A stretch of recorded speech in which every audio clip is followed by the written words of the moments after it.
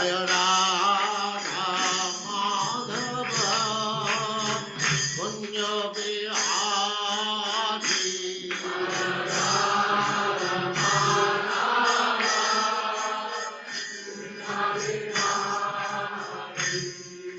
Jaya Radha Madhava Kunya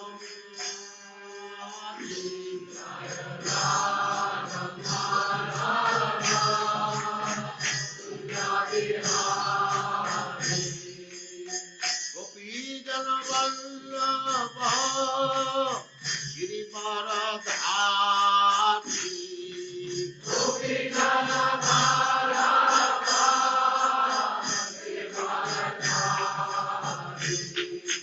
Gopi Jana Vallabha Girivaradhari Gopi Jana Vallabha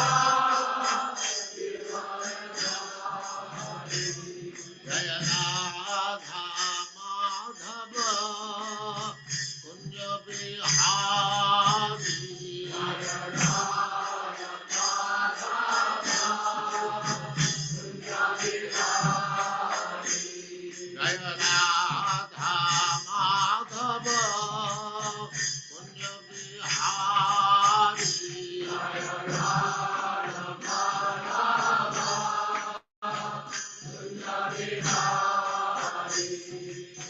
Gopi Jana Vallabha Girivaradhari Gopi Jana Vallabha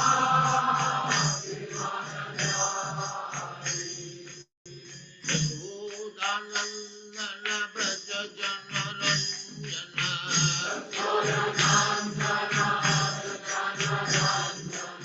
Yashodanandana Braja Jana Ranjana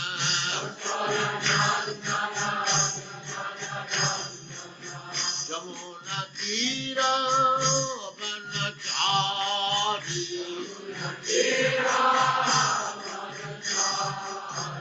Jamuna Tira Vanachari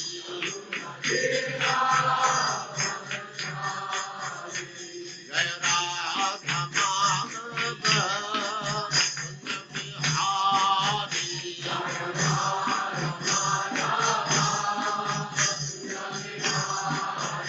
Jaya Radha Madhava Kunja Bihari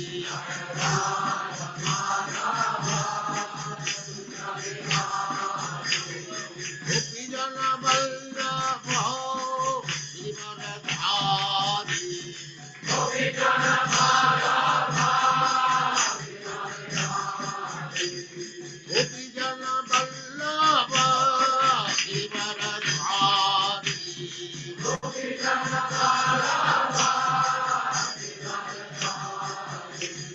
Yashodanandana Braja Jana Ranjana Yashodanandana Braja Jana Ranjana Jamuna Tira Vanachari Jaya Radha Madhava Kunja Bihari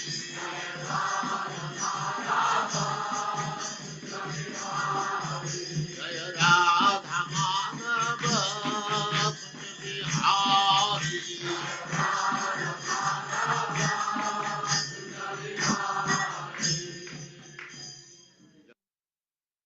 Hare Krishna, Hare Krishna, Krishna Krishna, Hare Hare, Hare Rama, Hare Rama, Rama Rama, Hare Hare.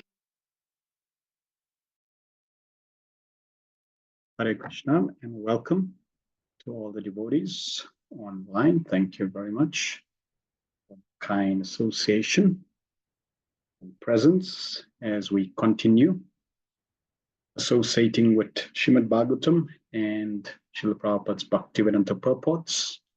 Just a quick sound check. I think my sound should be fine.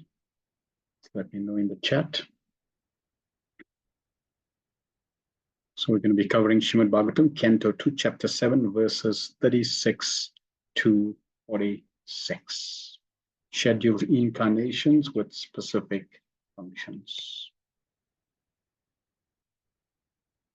Om Jnanatimirandasya Gyananjana Shalakaya Chakshuram Militam Yena Tasmai Shri Gurave Namaha Shri Chaitanya Manobhistam Stapitam Yena Bhutale Swayam Rupa Kadamayam Dudati Swapadantikam Vandeham Shri Guru Shri Papadakamalam Shri Gurun Vaishnavamscha Shri Rupam Sagrajatam Sagana Raghunatham Vitam Tam Sajivam Sadvaitam Savadutam Parijana Sahitam Krishna Chaitanya Devam Shri Radha Krishna Padam Sadhana Lalita Shri Vishwakan Vitamscha He Krishna Karuna Sindhu Dina Bandho Jagatpate Gopesha Gopika Kanta Padakanta Namaskate Tapta Kanchana Gourangi Radhe Vrindavaneshwari Vishabhanu Sute Devi Pranamami Hari Priya Panchakalpataru Vyascha Kripa Sindhu Devacha Patitanam Bhavanebhyo Vaishnavebhyo Namo Namo Vishnupadaya Krishna Pristaya Bhutale Srimate Bhakti Vedanta Swami Niti Namine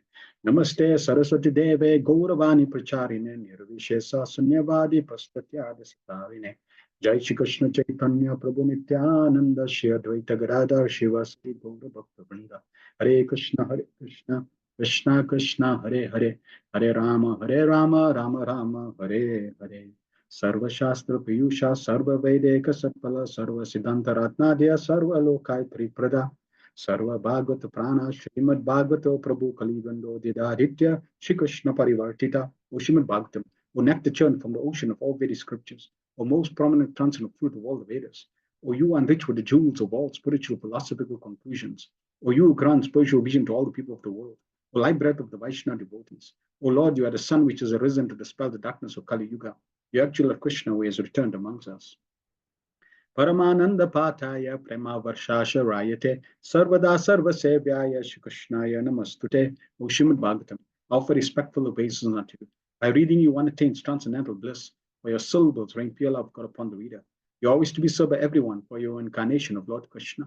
Madeka Bandhu Mat Sangim Mad Guru Man Mahadana Man Nishtaraka Mad Bhagya Madananda Namastute O Srimad Bhagavatam. O my only friend, O my companion, O my teacher, O my great wealth, O my deliverer, O my good fortune, O my bliss, I offer my respectful obeisance unto you. Asadu sadhu tadahi natini chochataraka hanam chakada chinmam premna rikate spura. O Srimad Bhagavatam, O give us saintly Mr. Unsaintly, uplift the very fallen. Please not ever leave me. Please become manifest, my heart and my throat, accompany pure love of Krishna. Hare Krishna, Hare Krishna, Krishna Krishna, Hare Hare, Hare Rama, Rama Rama, Hare Hare.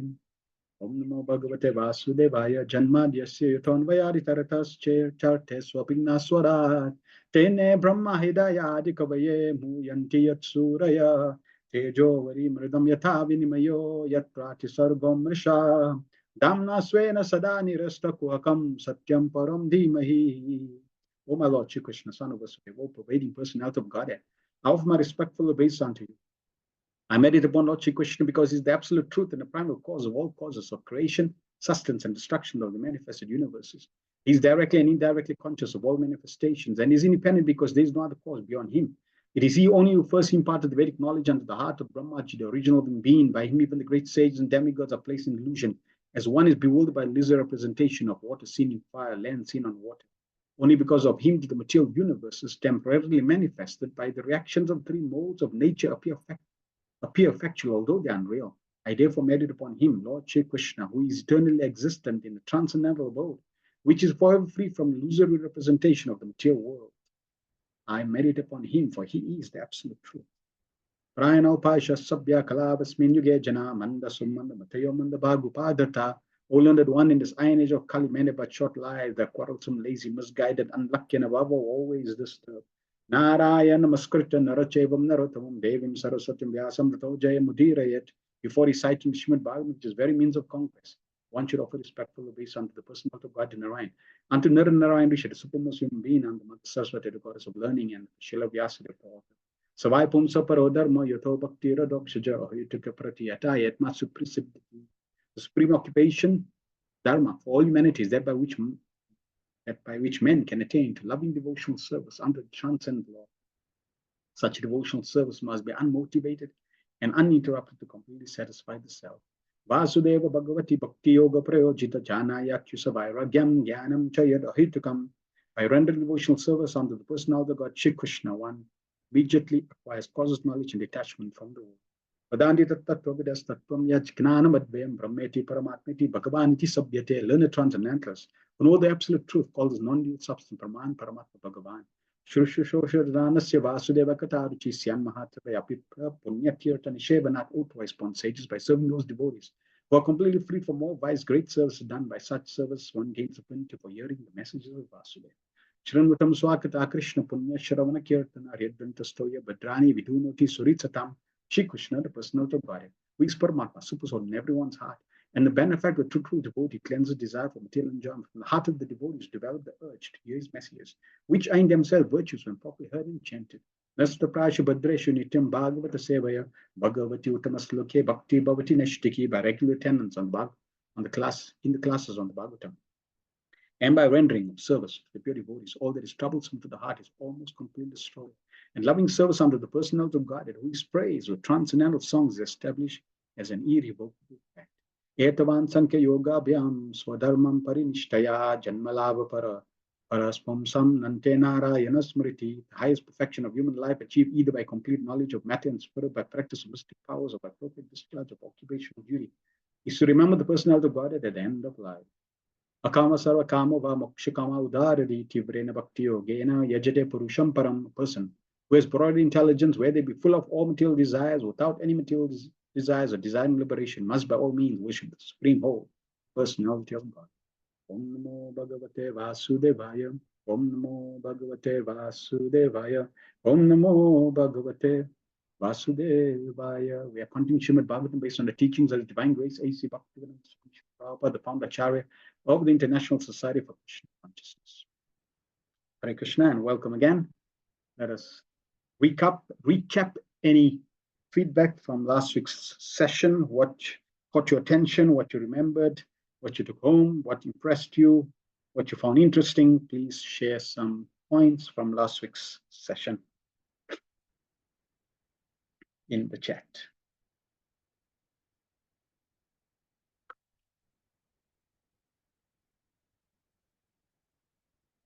Mother Sharina says, Hare Krishna. Please accept my humble obeisance and appreciation. All glory to Srila Prabhupada.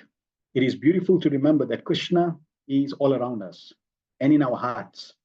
By his omnipotency, the description given of just Krishna's hair is beautiful. Learning to meditate on his pastimes and relish the details of these pastimes should be one of our goals. Yes. To remember that Krishna is everywhere. And this is an interesting topic in terms of remembering Krishna everywhere. For sadhakas, we need to remember that Krishna is everywhere watching us. What we are doing, watching our intention, watching our activities. For the pure devotee, okay, let me just track back a little. So for aspirant, for sadhaka, he has to consciously meditate that Krishna is everywhere. By Krishna's omnipotency, by Krishna's powers, by Krishna expanding as a super soul, even by Krishna's his personality itself is all-knowing. He's all-knowing. So, because Krishna is all-knowing, he's able to see and know everything past, present, and future. Therefore, I need to behave. Therefore, Krishna rewards me according to my surrender, because I may surrender 1 hour in a day. Out of 24 hours, I surrender for 1 hour to Krishna and 23 hours to Maya. Krishna notices that and then responds and reciprocates accordingly.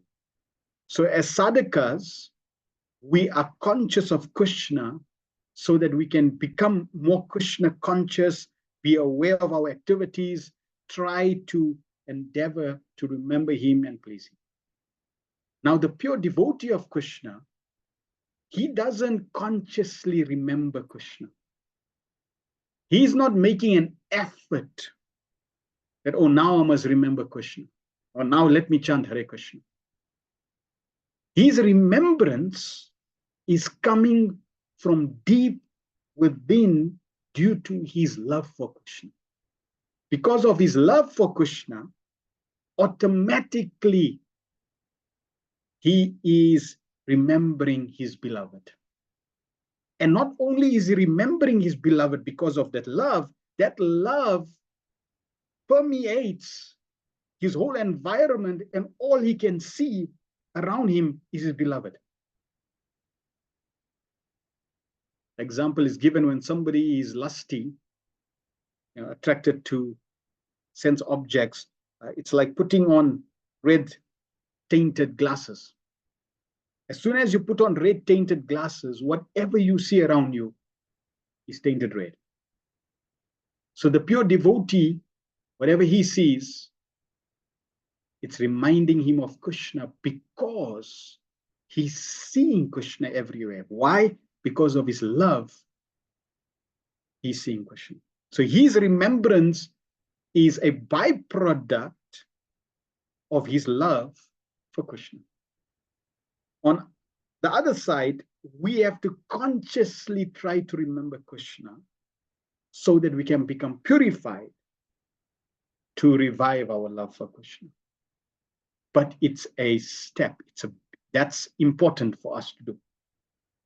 So any aspect of Krishna that we can remember, whether it's his beautiful hair, or whether it's his beautiful form, or his beautiful pastimes, or his beautiful words, anything that triggers remembrance of Krishna, or it's chanting Hare Krishna, we need to cultivate that. It needs to become habituated. It needs to become an addiction. That at every turn, at every moment, at every activity, something triggers remembrance of Krishna. This is healthy. So yes, remembering these aspects of Krishna is very, very conducive. And learning to meditate on these pastimes. Here's another interesting point. Srila Bhaktisivinoda Maharaj also shares this in his Harmonist. That real remembrance will manifest after Nartanivriti. After Nartanivriti, when all the impurities are cleansed, the holy name will reveal itself, the name, form, qualities, pastimes. And when the holy name reveals, that's now revelation in your heart, you cannot forget that revelation. That triggers remembrance. That triggers automatic remembrance of Krishna. So in the beginning, we hear the lectures, we hear Prabhupada's purports, we read, and that's triggering remembrance. That purifies. As we overcome anartha and nivriti, the remembrance comes from inside. So we're learning to meditate and remember Krishna. Eventually, we don't learn. We don't try to remember. The remembrance comes from inside, automatic. It's a byproduct of revelation.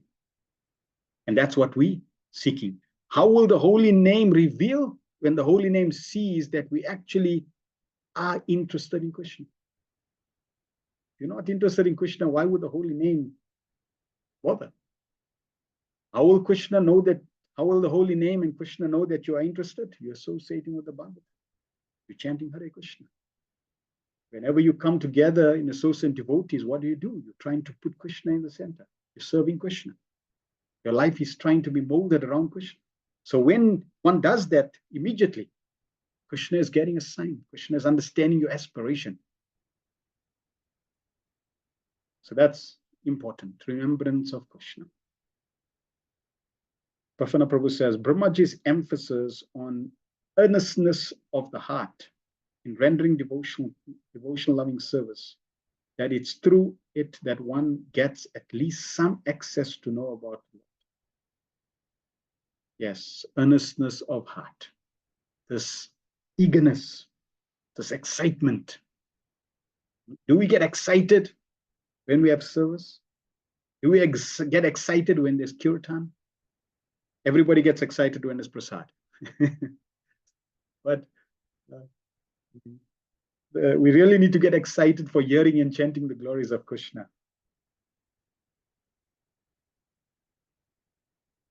That is showing a healthy sign of spiritual progress. So this earnestness, this eagerness to hear and chant, to serve, to remember, is needs to be cultivated. Also, not losing one's identity, merging in the process of one's devotional loving service. Yes, there is never a losing of identity. Identity is never lost.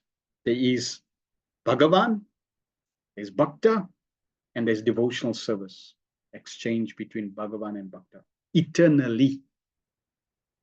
There's no question of losing identity. All right, wonderful. Let's recap one of Prabhupada's power statements. Now the question is, why the Lord, who is omnipotent, comes here to diminish the burden created upon the world by the unscrupulous kingly order? Certainly the Lord does not need to come here personally for such purposes, but he actually descends to exhibit his transcendental activities in order to encourage his pure devotees who want to enjoy life by chanting the glories of the Lord. In Bhagavad Gita 9:13 to 14, it is stated that the Mahatmas, the great devotees of the Lord, take pleasure in chanting the activities of the Lord. All the Vedic literatures are meant for turning one's attention towards the Lord and his transcendental activities. Thus, the activities of the Lord in his dealings with worldly people create subject matter for discussion by his pure devotees. So here's the same point. The whole Vedic repertoire of knowledge is meant only to direct one's attention to Krishna, nothing else. Krishna appears in this world simply for creating subject matter so that we can focus our attention to him, nothing else. If there's any other aspect besides focusing on Krishna, it's a distraction.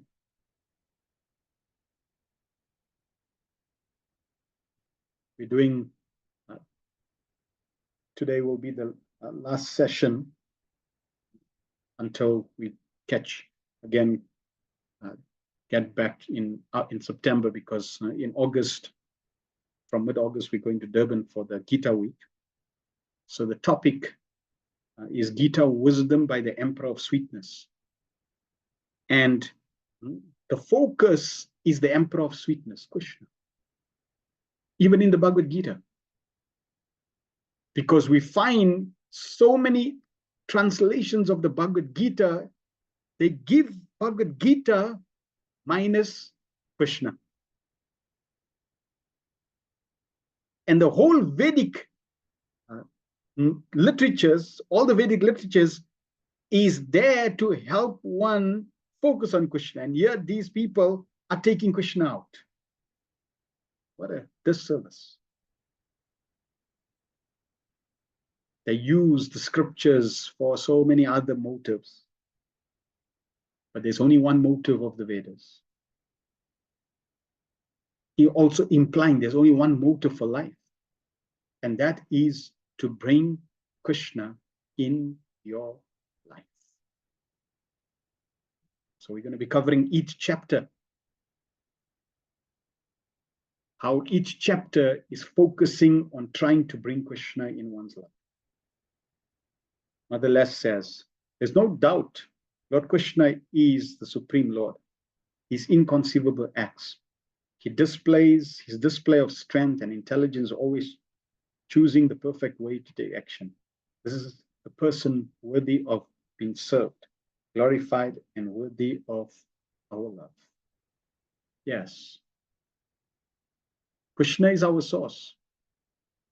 A child is naturally related to its parents. Why? Because the child's source is his parents. And therefore, there's a natural loving reciprocation. So we also, our source is Radha and Krishna. Therefore, there should be a natural relationship, a natural loving affinity towards them. Unfortunately, we have forgotten them. That's why we're in this material world. And Srila Prabhupada is mercifully trying to resuscitate our remembrance, revive our remembrance, that you forgot the divine couple, you forgot the supreme parents, supreme worshipful parents, and they're just not ordinary parents. The more we understand, the more we learn, the more we know about these great personalities, these two divine personalities, Radha and Krishna, the more we begin to realize, wow, they're no ordinary persons. They're amazing personalities. They have amazing qualities, amazing features. And we begin to surrender. So today we're going to try to cover verses 36 to 46, still touching on various incarnations of the Lord. And then from 40 to 46, impossible to understand the greatness of Vishnu without his mercy. Text 36. Kale nami litadiyam avam shriyan rinam stokayusham swanigamo batadurapara avirhitas vanuyugam sahi satyavatyam vedadrumam viptapasho vibhajisyati sma. The Lord himself, in his incarnation as the son of Satyavati, Vyasadeva, will consider his compilation of the Vedic literatures to be very difficult for the less intelligent persons with short life. And thus he will divide the tree of Vedic knowledge into different branches according to the circumstances of the particular age. Herein, Brahma mentions the future compilation of Srimad Bhagavatam for the short-lived persons of Kali Yuga. As explained in the first canto, the less intelligent persons of the age of Kali would be not only short-lived, but also perplexed with so many problems of life due to the awkward situation of the godless human society. Advancement of material comforts of the body is activity in the mode of ignorance, according to the laws of material nature. Real advancement of knowledge means progress of knowledge in self-realization. But in the age of Kali, the less intelligent men mistakenly consider the short lifetime of 100 years, now factually reduced to about 40 to 60 years, to be all in all. They are less intelligent because they have no information of the eternity of life. They identify with the temporary material body existing for 40 years and consider the only basic principles of life. Consider it the only basic principles of life. Such persons are described as equal to asses and bulls. But the Lord, as compassionate Father of all living beings, impart upon them the vast Vedic knowledge in short treatises like the Bhagavad Gita, and for graduates, the Srimad Bhagavatam. The Puranas and the Mahabharata are also similarly made by Vyasadeva for different types of men in the mode of material nature, but none of them are independent of the Vedic principles. So clearly, this age of Kali Yuga is not favorable to spiritual practice. It's just the nature of this age. And because the environment is contrary to our goal, we have to shield ourselves from the environment to survive spiritually in this world. And that is why Srila Prabhupada created association of devotees. Because the association of devotees shields us and keeps us focused on the goal. Otherwise, without advanced, strong, powerful association, one cannot make advancement. It is by association in every area of life we advance. So if one is not in good association, he will not be inspired. If one is not self-motivated and does not have good association, he can never thrive in spiritual life. If one is self-motivated and is able to then create that association or associate with Srila Prabhupada, with Prabhupada's Bhaktivedanta purports, with his videos, with his audios, he can still survive. But in both cases, association is key. The material world is driven by material advancement. And here Prabhupada is making very clear, advancement of material comforts of the body is activity in the mode of ignorance, according to the laws of material nature. Prabhupada gives the example of polishing the cage. The old lady is polishing the cage and forgetting to feed the bird inside. And then when the bird dies, what's the value of the cage? So, not that we do not require bodily necessities. The Bhagavatam makes it very clear. You use the bare minimum to keep the body and soul together. Bare minimum to keep the body healthy. So we need material comforts to keep the body comfortable. In fact, Prabhupada, in India, Srila Prabhupada wanted the devotees, Prabhupada's desire for the devotees coming from the West was to make sure that there is wonderful facility for them. Because people in India are more simple. The West, because of the comforts, they have a little more higher standard. But Prabhupada wanted that even in India, when devotees go to Vrindavan, Mayapur, Prabhupada wanted a very comfortable situation so that when devotees come, they stay there. It's not like austere and they're suffering.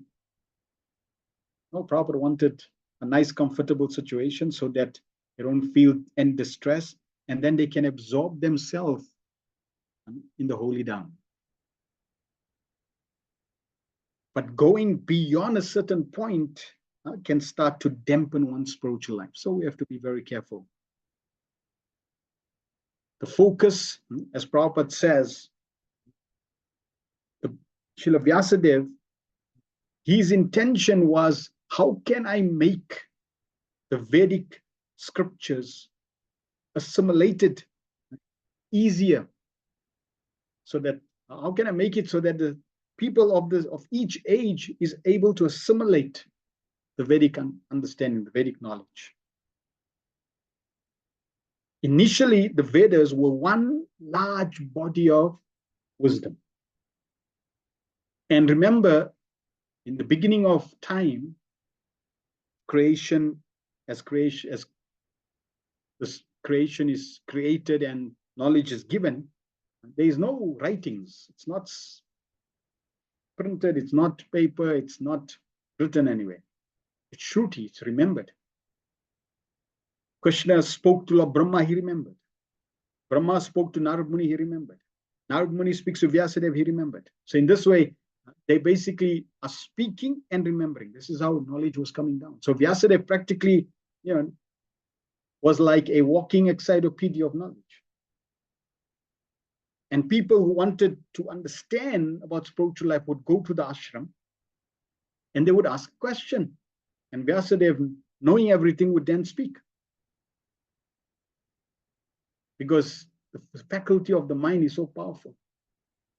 You can have unlimited gigabytes of knowledge that is accessible at an instant of those who have Shrutidhara memory.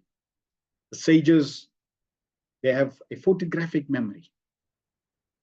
And because of the photographic memory, you ask them a question, they can immediately extract the wisdom.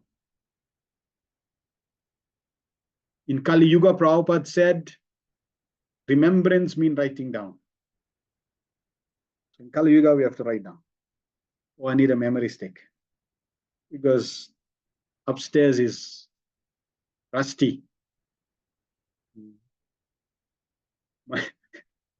So we need some sort of way to remember Krishna consciousness, somehow or other.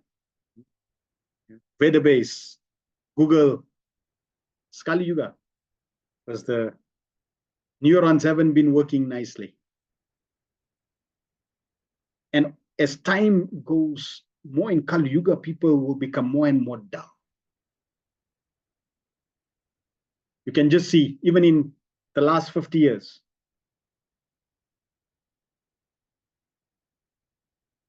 if somebody had to ask a mathematical question, if somebody had to ask you for an answer for a mathematical sum, immediately you'll be able to give. Now you ask the youngsters, tell them, give them a mathematical sum, bring my cell phone. My calculator is there. So this is how the age degrades our remembrance of Krishna, our faculties. We don't use them, we lose them. So Vyasadeva, understanding the nature of Kali Yuga, was thinking how to filter all this wisdom and give it a framework, the essence in Bhagavad Gita. The essence of all devotion, essence of surrendering to Krishna, perfection of surrender to Krishna in the Bhagavatam. So in this way, Vyasadeva gave so many scriptures and put all that knowledge in departments. This was Vyasadeva's compassion. 37. Deva Visham Nikaman Vartmani Nishtitanam Purvi Mayena Vihitabi Adrishyaturvi Lokan Grinatam Mati Vimoham Atipralobam Vesham Vidaya Bahubhasyata Anupadarmyam.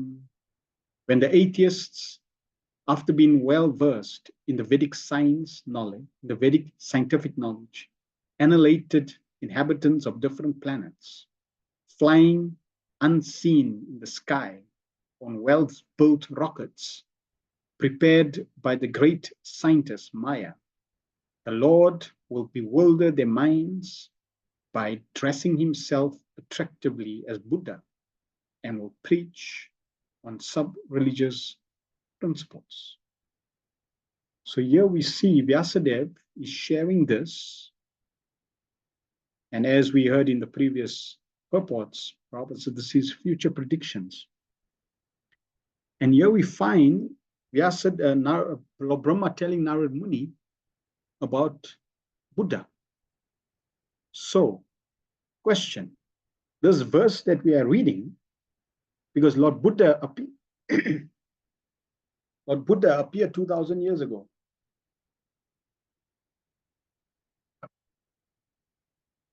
Plus minus. So if Lord Buddha appeared already, then does this match our understanding or little understanding of what transpired when Lord Buddha appeared few thousand years ago?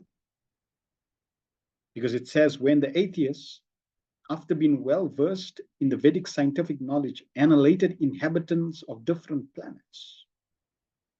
So there was some sort of planetary warfare, flying unseen in the sky on well-built rockets. Looks like they were using some interesting rockets that have the power to become invisible. That was prepared by the great scientist Maya. The Lord will bewilder their minds by dressing himself attractively as Buddha and will preach on sub-religious principles. So clearly, this is not a description of the Buddha or the activities around Buddha that we know, because we definitely have not experienced interplanetary warfare like Star Wars. So what does that mean? Prabhupada in the purport says, this incarnation of Lord Buddha is not the same Buddha incarnation we have in the present history of mankind. According to Srila Jiva Goswami, the Buddha incarnation mentioned in this verse appeared in a different Kali age. In the duration of life of one Manu, there are more than 72 Kali Yugas. And in one of them, the particular type of Buddha mentioned here would appear. Lord Buddha incarnates at a time when people are mostly materialistic and preaches common sense religious principles. Such ahimsa is not a religious principle itself, but it is an important quality for persons who are actually religious. It is a common sense religion because one is advised to do no harm to any other animal or living being, because such harmful actions are equally harmful to him who does the harm. So Prabhupada is now clarifying, firstly, that there are many incarnations of Buddhas. 72 Kali Yugas, just in a duration of one Manu. So that means 72 Buddhas. And each one would have different circumstances.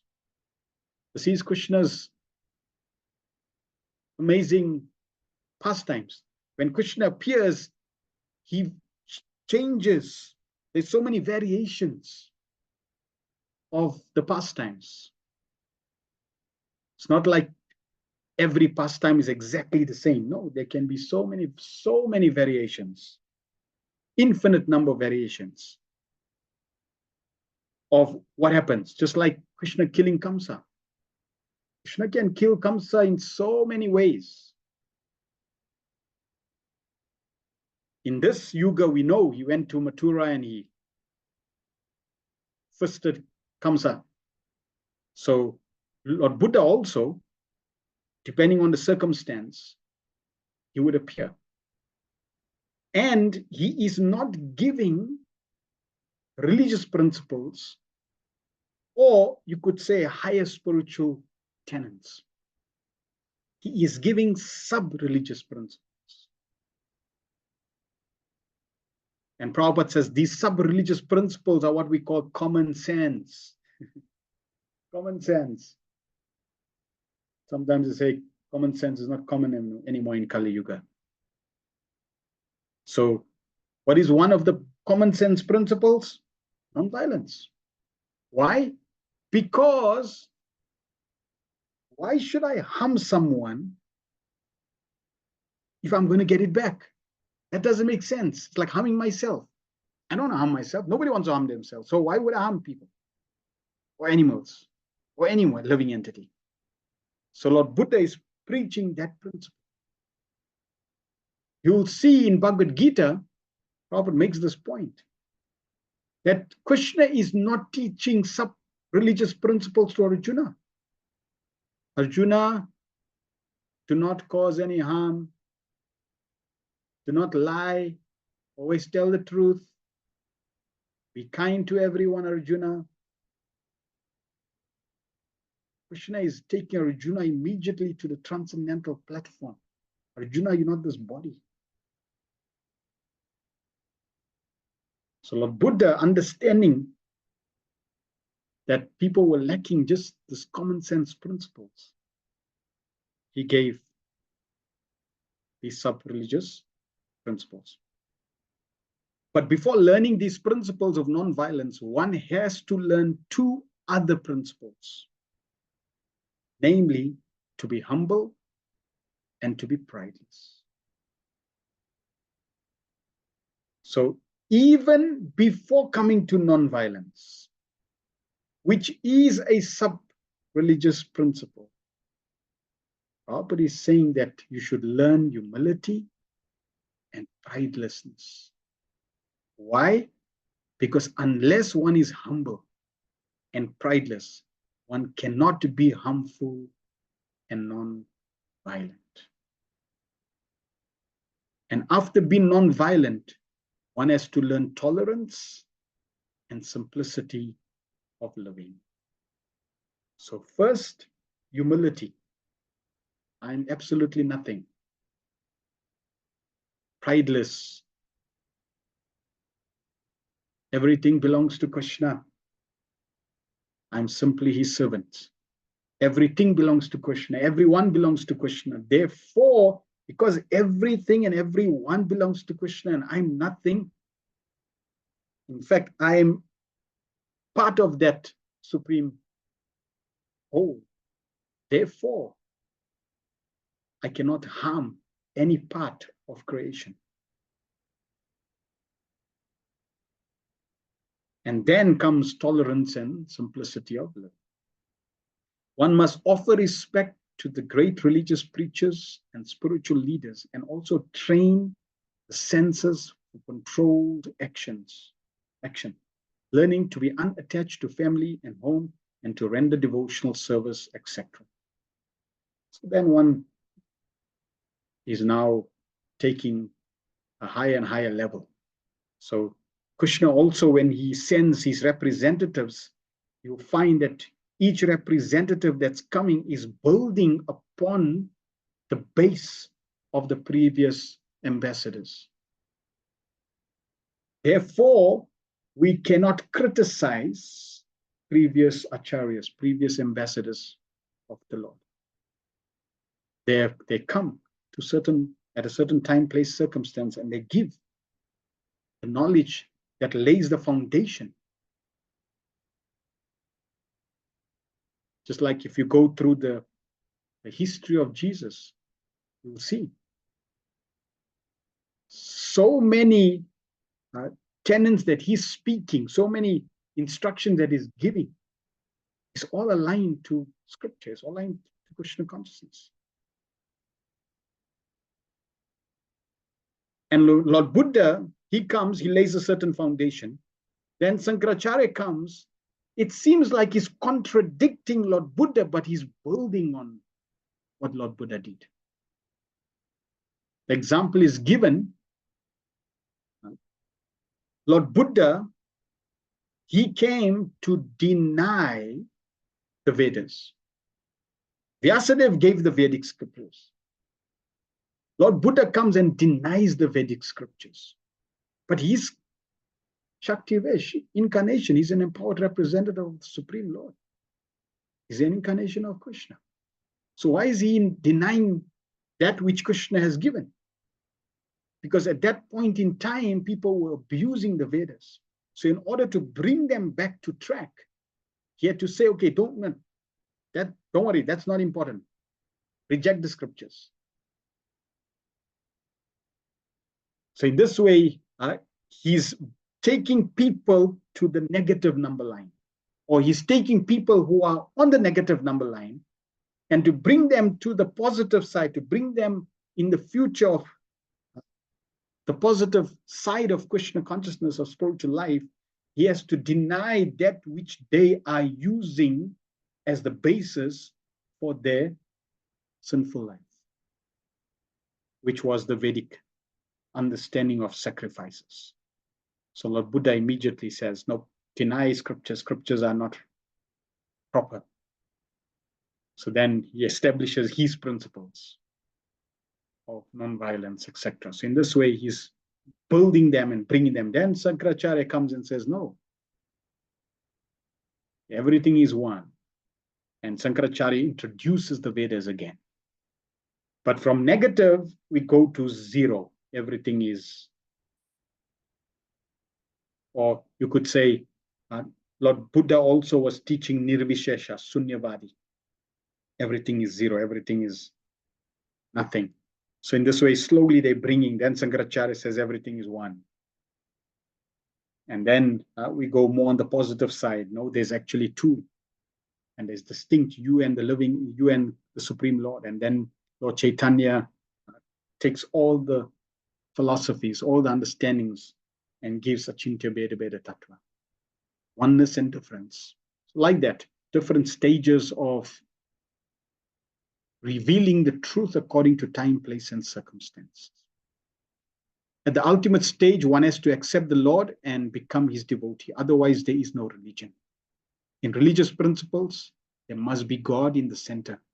Otherwise, simple moral instructions are merely sub-religious principles, generally known as upadharma, or nearness to religious principles.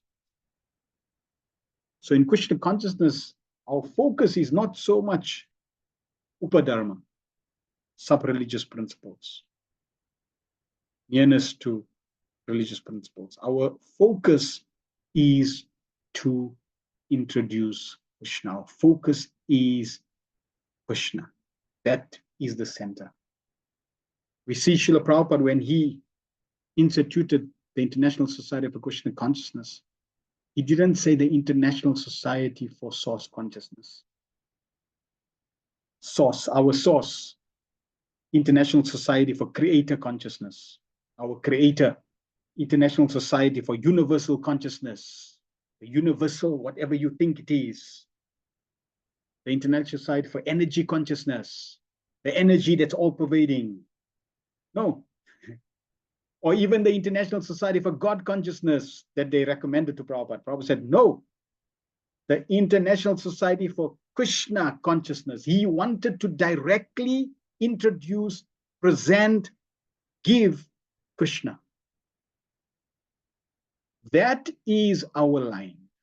That is what we represent. That is our focal point. Yes, there are others who can talk about sub-religious principles, and there's so many people that can motivate and tell you about Upadharma. Just like they asked Srila Prabhupada, can we open up schools and hospitals and clinics and wells, and because it seems it's a lucrative opportunity. People come, they get favorable, etc. Prabhupada said, so many people are doing that. But nobody is giving Krishna consciousness. Nobody is presenting Krishna as it is. And that is the missing point. Because here we see Srila Prabhupada systematically saying that first there has to be humility and pridelessness, then non-violence, then tolerance, simplicity, then Krishna consciousness, devotional service. So people are giving all these other sub-religious principles, but nobody is giving Krishna. You will see so many motivational speakers when they talk, because they don't want to offend the audience, they'll say, yes, we are part of the source, whatever you want to call it, whatever your understanding is. We are part of the universe, God, universe, source, whatever you want to call it. See, like they blend it all together, like whatever you want to call it, whatever your understanding is, that's fine. We don't want to tramp your toes. So yes, that has a place.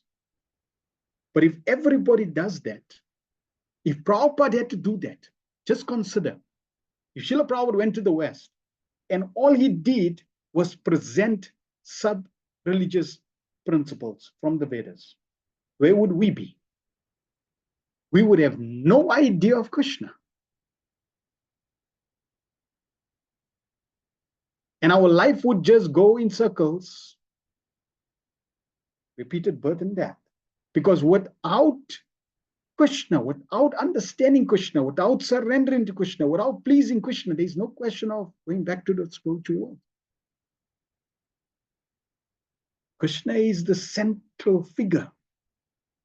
All our activities, Prabhupada gives the example also, all our activities are like zeros. And you put all these zeros in front of each other, they all equate to zero. But as soon as you put the one in front, now it becomes a large number. Now it is value. So without Krishna, there is no value to our existence.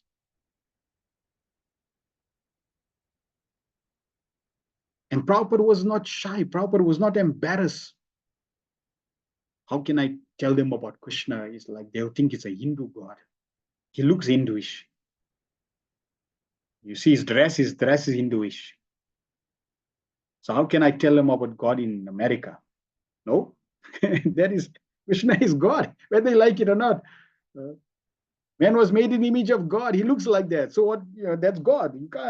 God is God. So Prabhupada was bold. He was self-realized. If somebody was not self-realized, they would not have the confidence, the conviction, the dedication, the commitment, persistence to continue presenting a personality like Krishna. I mean, imagine you start telling them about Krishna's pastimes from Krishna book. Krishna was a small child stealing yogurt, huh? Making mischief, huh? He's God. But Prabhupada was able to do that.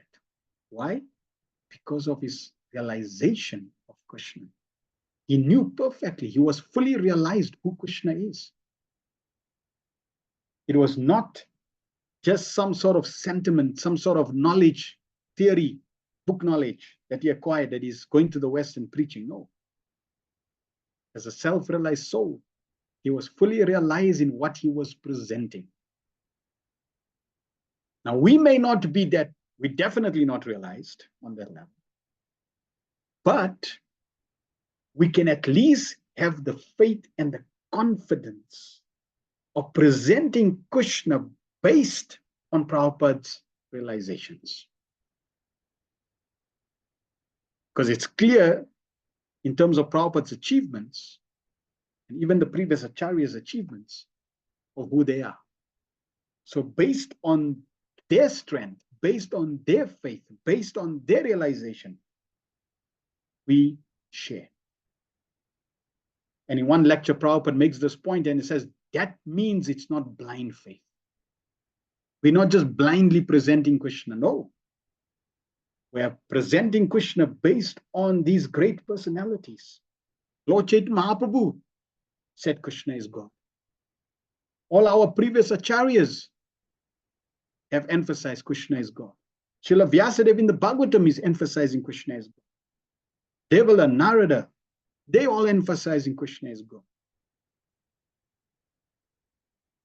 Srila Bhaktivinoda Thakur, the six Goswamis, Gaur Krishnadas Babaji Maharaj, Srila Bhaktisiddhanta Maharaj, and Srila Prabhupada, they're all emphasizing Krishna is God. So based on what they are presenting, we have firm faith that yes, Krishna is God, without doubt. And if you practice spiritual life sincerely, you will come to that conclusion without doubt, without fail. We see so many examples, people from the Christian tradition, people from the Islam tradition. There was that one story that was shared of a sincere practitioner from a different faith.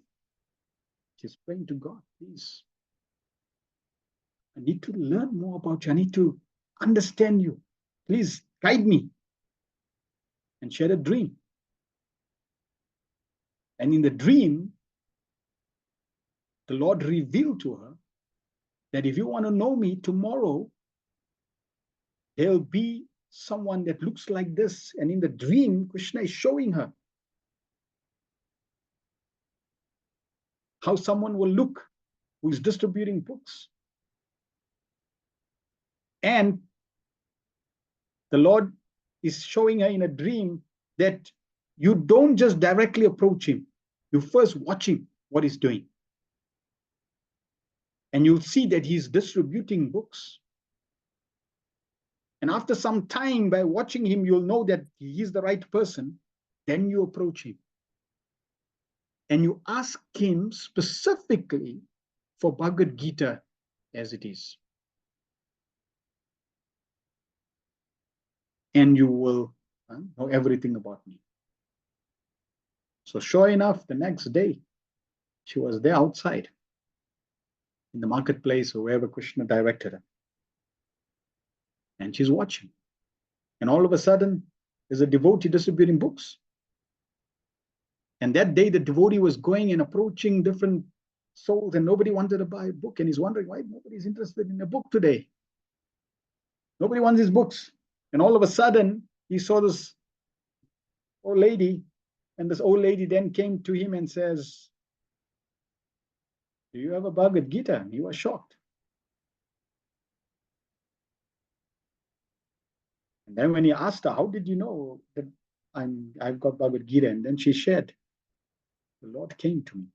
So like that, Krishna is the Supreme Lord, without doubt. And we need to present Krishna. We need to give Krishna to the world. And yes, there are those that will not resonate with Krishna because they're not ready. We have to understand not everyone will be ready for Krishna consciousness. Just like not everyone, if you're a shopkeeper and you're selling a certain product, not everyone is going to buy your product. Not everyone that comes into your shop is going to buy a product. No. Those who are in need of your product will come. So like that, not everyone is interested in Krishna consciousness. But those who are ready for Krishna consciousness will be there, and we need to be ready to give them Krishna consciousness. Imagine someone is ready for Krishna and now you give them some basic sub-religious principles. No, wrong fit. In business, they talk about understanding your client and understanding your audience and the right avatar. And so in Krishna consciousness also, yes, we know all living entities need Krishna. And Prabhupada facilitated that. How? Give everyone prasad, because everybody needs Krishna. And everybody can digest that. But out of all those who are honoring prasad, not everyone is ready to surrender to Krishna, to revive their relationship with Krishna. So for those, you have a higher level of exposure to them, for them, that are there to surrender. Those who want Krishna, those who want take the next step. So in this way, Prabhupada made sure that he gave Krishna consciousness to those who understand. Srimad Bhagavatam says, those who are intelligent, susumedasa, they will take to the Sankirtan mission. They will take to Krishna consciousness. So yes, we give these principles of advancement, but at the same time, don't forget to give people Krishna. Even if we just show them a picture of Krishna, that allows them to start the devotional practice. And this way they can advance further. And we don't need to shy away. Yes, we have to be strategic in terms of different souls, but let others cultivate accordingly, and let us follow Srila Prabhupada to give Krishna as he is, as it is, without being embarrassed. 38. Yarya layeshapi satam nahare katashu pashandino dvija najana vrishalan rideva Swaha swadava saditi smagiro nayatra. Shasta bhavishyati kale bhagavan yugante. Day after, at the end of Kali Yuga, when there exist no topics subject of God, even at the residences of so-called saints and respectable gentlemen of three higher castes, and when the power of government is transferred to the hands of the ministers elected from the low-born Sudra class or those less than them, and when nothing is known of the techniques of sacrifice, even by word, at that time, the Lord will appear as the supreme chastiser. So, do not wait for this time to be Krishna conscious. It's difficult already. Don't make it more difficult. So while we're experiencing a far better environment, we should fully embrace Krishna consciousness.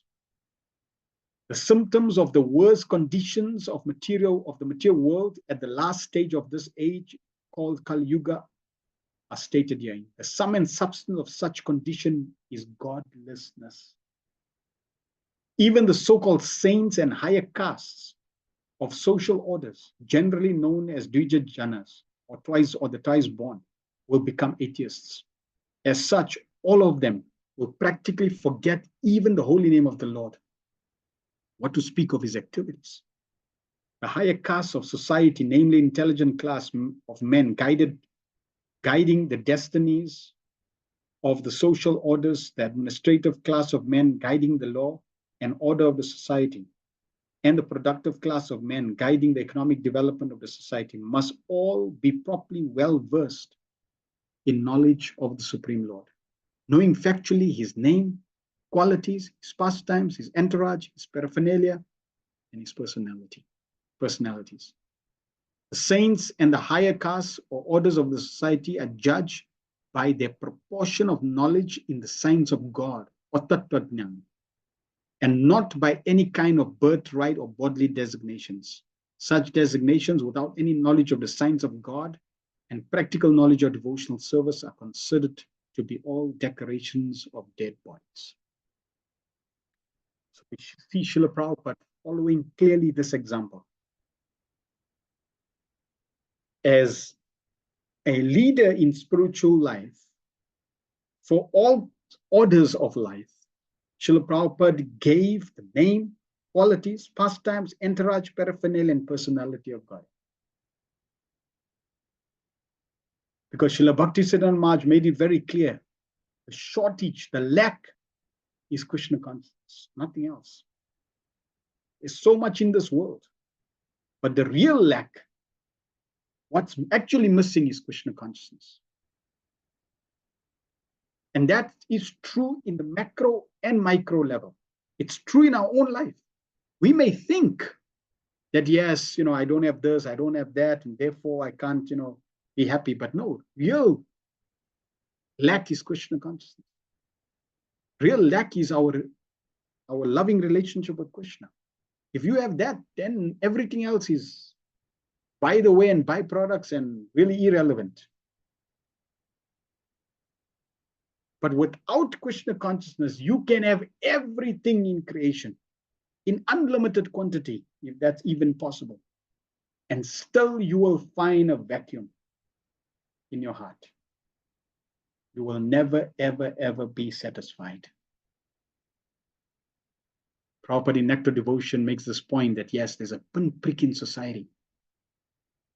It's a pinprick in society. I'm not sure how many of you sat on a cushion that would have sat on a chair that had a pin. The whole cushion is so comfortable, right? And just a little teeny weeny pin. You said, ow. There's a pinprick. Such a beautiful cushion. Everything is soft. but such a slight, insignificant pin can cause inconvenience.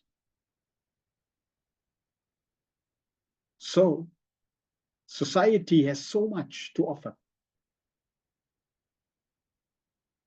There's so much comforts. If you just look at the current comforts that are available compared to previously, it's unmatched. Unmatched. So many technological advancements to facilitate our activities. Just traveling. 500 years ago, when Lord Chaitanya Mahaprabhu wanted to, when Lord Chaitanya Mahaprabhu and his associates wanted to go from Navadvip to Vrindavan, from Navadvip to Jagannath Puri, how did they have to go? They had to walk. And if you wealthy, you could have a bullock cart. But majority of the time, we see so many descriptions. 6 Goswamis walk into Vrindavan. Narottam Das Thakur traveling on foot. Lord Chaitanya Mahaprabhu traveling on foot. So they didn't have technology. They couldn't take a plane from Calcutta to Delhi. No plane. You walk. Now we want to go somewhere, jump into the car, and here we go. So the facilities are there. But without Krishna consciousness, these facilities are decorations on a dead body. We have to be convinced that I need Krishna. Krishna really doesn't need me. I'm not doing a favor to Krishna. By me engaging in devotional service, I'm doing a favor to Krishna. But I really need Krishna. It is I who is lacking, and therefore I need Krishna. And in this way, by bringing Krishna, we will become blissful. Prabhupada continues. And when there is too much inflation of these decorated dead bodies in society,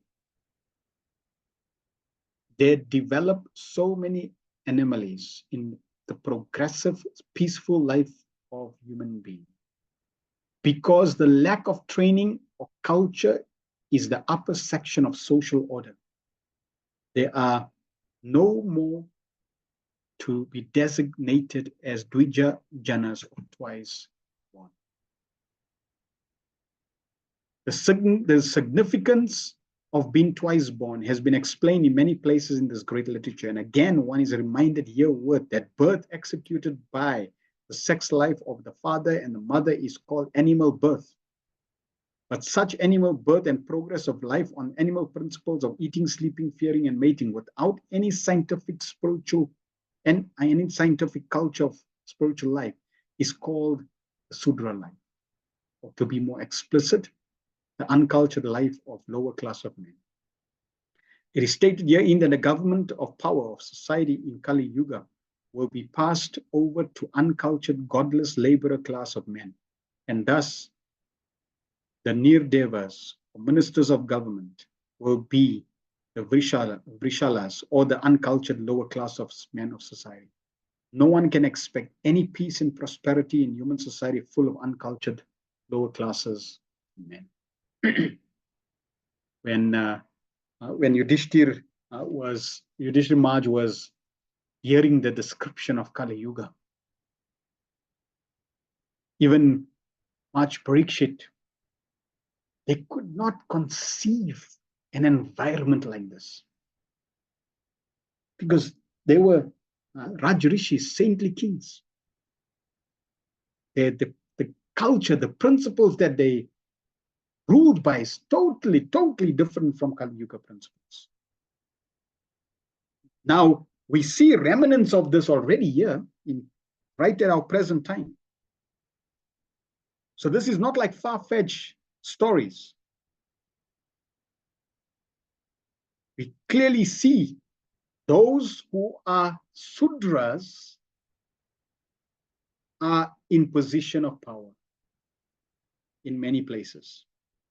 That means those who have no culture, no spiritual culture, they have an uncultured life, they are put as leaders.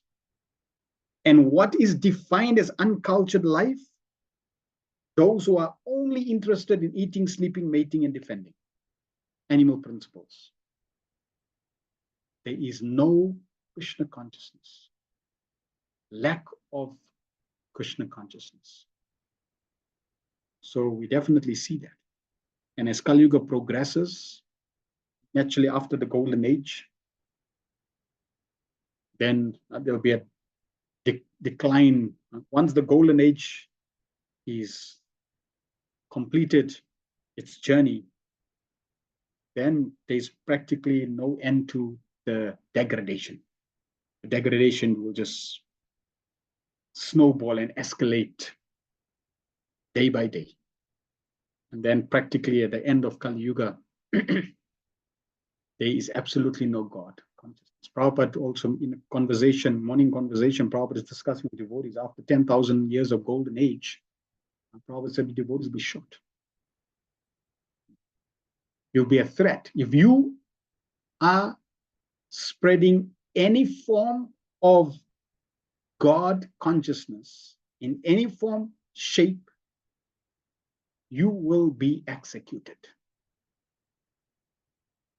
So therefore, Prabhupada said, don't waste time. Don't wait for another opportunity. Try to finish your business this lifetime, now. Not even this lifetime. As soon as possible. It's an emergency. Because there's a risk. Now another devotee told Srila Prabhupada, I'm happy to come back and continue distributing the books. And we know Prabhupada, the service of distributing books was very, very dear to him. But when his devotee shared the sentiment, Prabhupada said, don't take any chances. Don't take any chances. So yes, we want to seriously understand the benefit of Krishna consciousness, the value of Krishna consciousness, the need for Krishna consciousness, and then embrace it wholeheartedly. The symptoms of such uncultured social animals are already in vague, and it is the duty of the leaders of men to take note of it and try to reform the social order by introducing the principles of twice-born men trained in the science of God consciousness. And that is what Srila Prabhupada started Krishna Consciousness Society for. This can be done by expanding the culture of Srimad Bhagavatam all over the world. In the degraded condition of human society, the Lord incarnates as the Kalki avatar and kills all the demons without mercy. 39. Sarge tapoham vishayo navaye prajesha stane stadharma makanman va maravanisha ante twadharma haramanyu vasha shuradya maya vibhuttayaima pura shakti bhaja. At the beginning of the creation, there are penance, myself, Brahma, Prajapatis, the great sages who generate. Then during the maintenance of creation, they are Lord Vishnu, the demigods with controlling powers, the king of different planets. But at the end, there is irreligion, and then Lord Shiva and the atheists full of anger, etc. All of them are different representative manifestations of the energy of the supreme power. The material world is created by the energy of the Lord, which is manifested in the beginning of creation by the penance of Brahmaji, the first living being in creation. And then there are the 9 Prajapatis, known as great sages. In the stage when the creation is maintained, there are devotional service to Lord Vishnu, effectual religion, the different demigods, the kings of different planets who maintain the world. At last, when the creation is prepared to wind up, there is the principal is the first principle of irreligion, then Lord Shiva, along with the atheists, full of anger. But all of them are different manifestations of the Supreme Lord. Therefore, Brahma, Vishnu, and Mahesh, Shiva, are different incarnations of the different modes of material nature. Vishnu is the Lord of the mode of goodness, Brahma is the Lord of the mode of passion, and Shiva is the Lord of the mode of ignorance. Ultimately, the material creation is but a temporary manifestation meant to give the chance of liberation to the conditioned souls who are entrapped in the material world. And one who develops the mode of goodness under the protection of Lord Vishnu has the greatest chance of being liberated by following the Vaishnava principles and thus being promoted to the kingdom of God, no more to return to this miserable material. Ki Jai. So Prabhupada's concluding, as Lord Brahma is concluding, yes, all these aspects of creation, maintenance, and destruction, in every facet and part of this cycle is coming from Lord, it's coming from Krishna. And why is all this done? Ultimately, the creation is but a temporary manifestation. Just like in the material world, in a country, there's the prison. The government creates the prison. It builds the prison, it maintains the prison.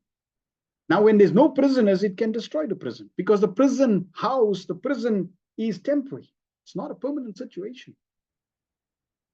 But it's there to facilitate and rehabilitate the correctional institution for the prisoners. Similarly, this material world is a prison house. It's a temporary creation to facilitate deviant souls. Now, if there are no deviant souls, then there's no need for the creation. But there will always be prisoners. There will always be people who transgress. It's just the nature because of independence. People like to do the wrong thing in the material world. So there will always be people who don't surrender to Krishna. So therefore, the material world is always there. But what's its purpose? It's a temporary place to give a chance of liberation to the conditioned souls. Why? They are trapped in the material world. And how can you come out? One who develops the mode of goodness under the protection of Lord Vishnu has the greatest chance of liberation, to be liberated by following the Vaishnava principles. So therefore, coming from ignorance to passion to goodness is very, very conducive. And this topic of the modes has been covered in Bhagavad Gita, covered in Bhagavatam again, will be covered again and again. We need to mold our life through these modes, coming to the mode of goodness. Your eating, sleeping, mating, and defending, in every part of your activities, day-to-day activities, you need to see, how can I bring it to the mode of goodness? Instead of drinking liquor, let me drink fizzy drinks. Instead of drinking fizzy drinks, let me drink hot milk. Instead of drinking hot milk, let me drink hot milk offered to Krishna. So in this way, I need to cultivate a higher and higher taste from the lower modes of ignorance to passion, to goodness, and then coming to Sudasattva in devotional service. So in this way, I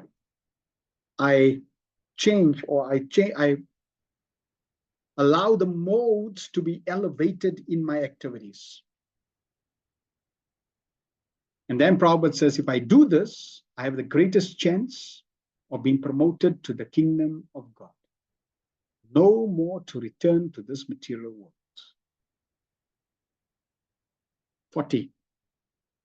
Vishnu nuvirya gananam katamo rihattiha Ya partivanya kapi kavirvima me rajamsi shaskamba ya swarasha rahashash kalatatri prishtam yasmatri samyasad danat urukampayam nam. Who can describe completely the prowess of Vishnu? Even the scientists who might have counted the particles of atoms of the universe cannot do so, because it is Vishnu only who, in his form as Trivikram, moved his leg effortlessly beyond the topmost planet, Satyalok, up to the neutral state of the three modes of material nature, and all were moved. The highest scientific advancement of material scientists is atomic energy, but no material scientist is able to count the particles of atoms contained in the whole universe. But even if one were able to count such atomic particles, or were able to roll up the sky like one's bedding, even then one would be unable to estimate the extent of the prowess and energy of the Supreme Lord. He is known as Trivikram because once in his incarnation as Vamana, he expanded his leg beyond the highest planetary system, Satyaloka, and reached the neutral state of the modes of nature called the covering of the material world. There are 7 layers of matter covering the material sky, and the Lord could penetrate even these coverings. With his toe, he made a hole through which the water of the causal ocean filters into the material sky, and the current is known as the sacred Ganges, which purifies the planet of 3 worlds. In other words, no one is equal to the transcendently powerful Vishnu. He is omnipotent. There is no equal to or greater than him. And Vishnu is only an expansion of an expansion of an expansion of Krishna.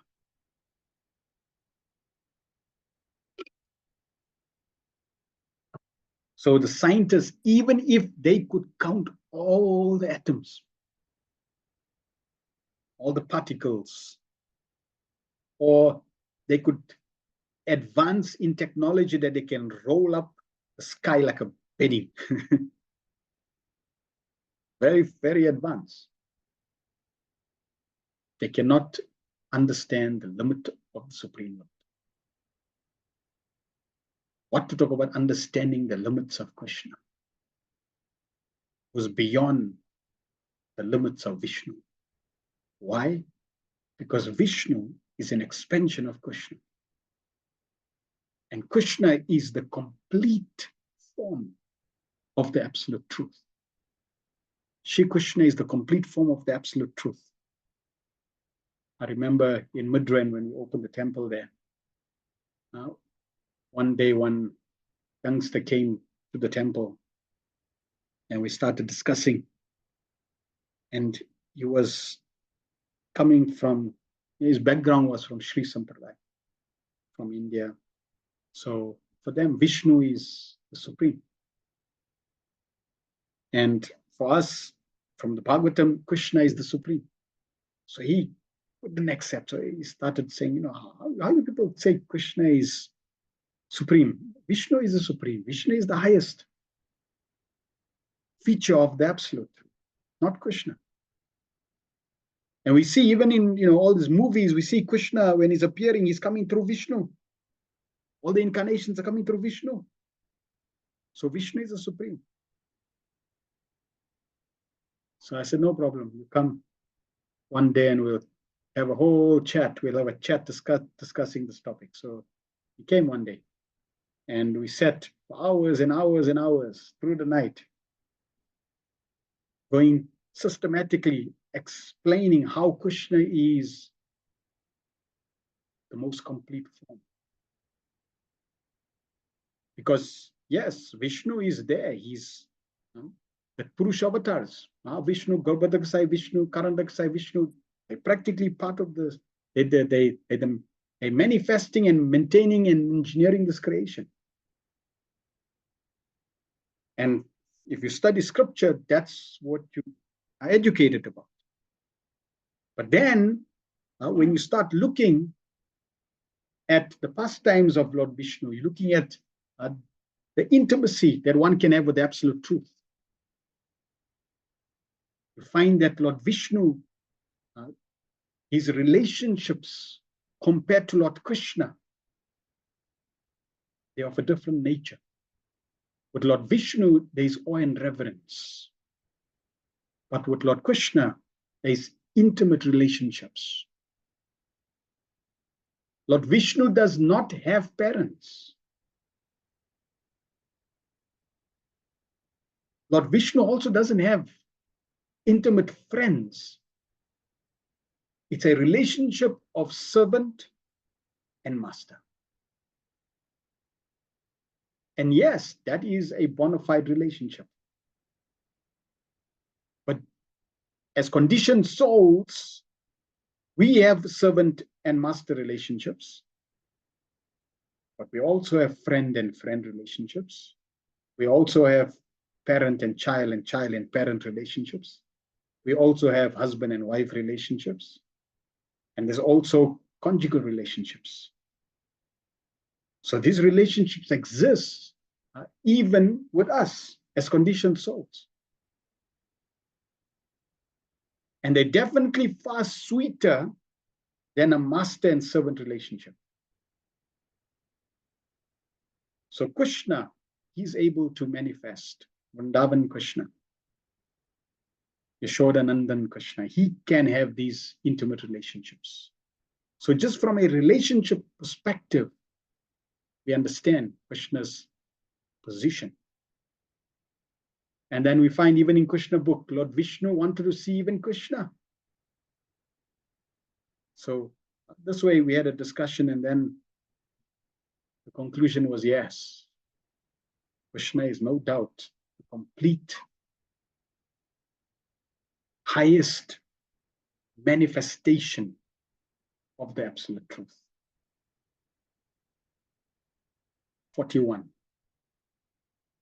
Nantam vida myaham amimun munayo grajaste maya balasya purushasya kuto varahe gayan gunan dasatana adi deva shesho napi sama pasyati nashyaparam. Neither I nor all the sages born before you know fully the omnipotent personality of God. So what can others who are born after us know about him? Even the first incarnation of Lord, namely Shesha, has not been able to reach the limit of such knowledge. Although he is describing the qualities of the Lord with 1,000 faces. Anantashesh is glorifying, is described that Anantashesh with his thousands of mouths is glorifying the Supreme Personality of Godhead and has not come to the end of that glorification. This is how unlimited Krishna's glories are.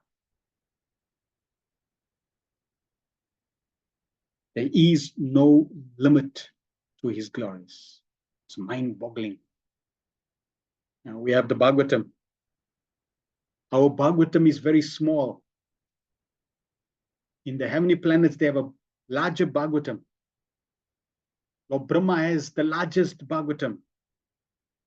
Other universes where Brahma is even has far more millions of heads. Can you imagine a Brahma that has 100 million heads? Consider his size of the Bhagavatam. It's inconceivable. And that's just a fraction of Krishna's glories. So there's never an end. I read Bhagavatam. Yeah, no Bhagavad Gita. You have no clue. No clue. Somebody that says that they have no clue. What to talk about, unlimited in terms of glories of Krishna. even just one verse of the Bhagavatam can have unlimited depths of glorification of Krishna. That's how inconceivable Krishna is. The omnipotent personality of Godhead has primarily three potencies, namely internal, external, and marginal potencies, with unlimited expansions of these three energies. As such, the expansion of these potencies can never be calculated by anyone. Indeed, even the personality of Godhead himself, as the incarnation of Shesha, cannot estimate these potencies, although he has been describing them continuously with 1,000 mouths. So this is the glory, the beauty. We have unlimited glorification of Krishna. And when we are now qualified, Krishna will also reveal these within our hearts. Many acharyas, many devotees, we find, for example, the Goswamis, they would go, Lord Chaitanya Mahaprabhu told them to revive all the pastimes of Lord Krishna. Now we know that these pastimes were enacted 5,000 years ago. So how are they going to revive these pastimes? I mean, they can't speculate. So how are they going to revive these pastimes? But they are qualified souls.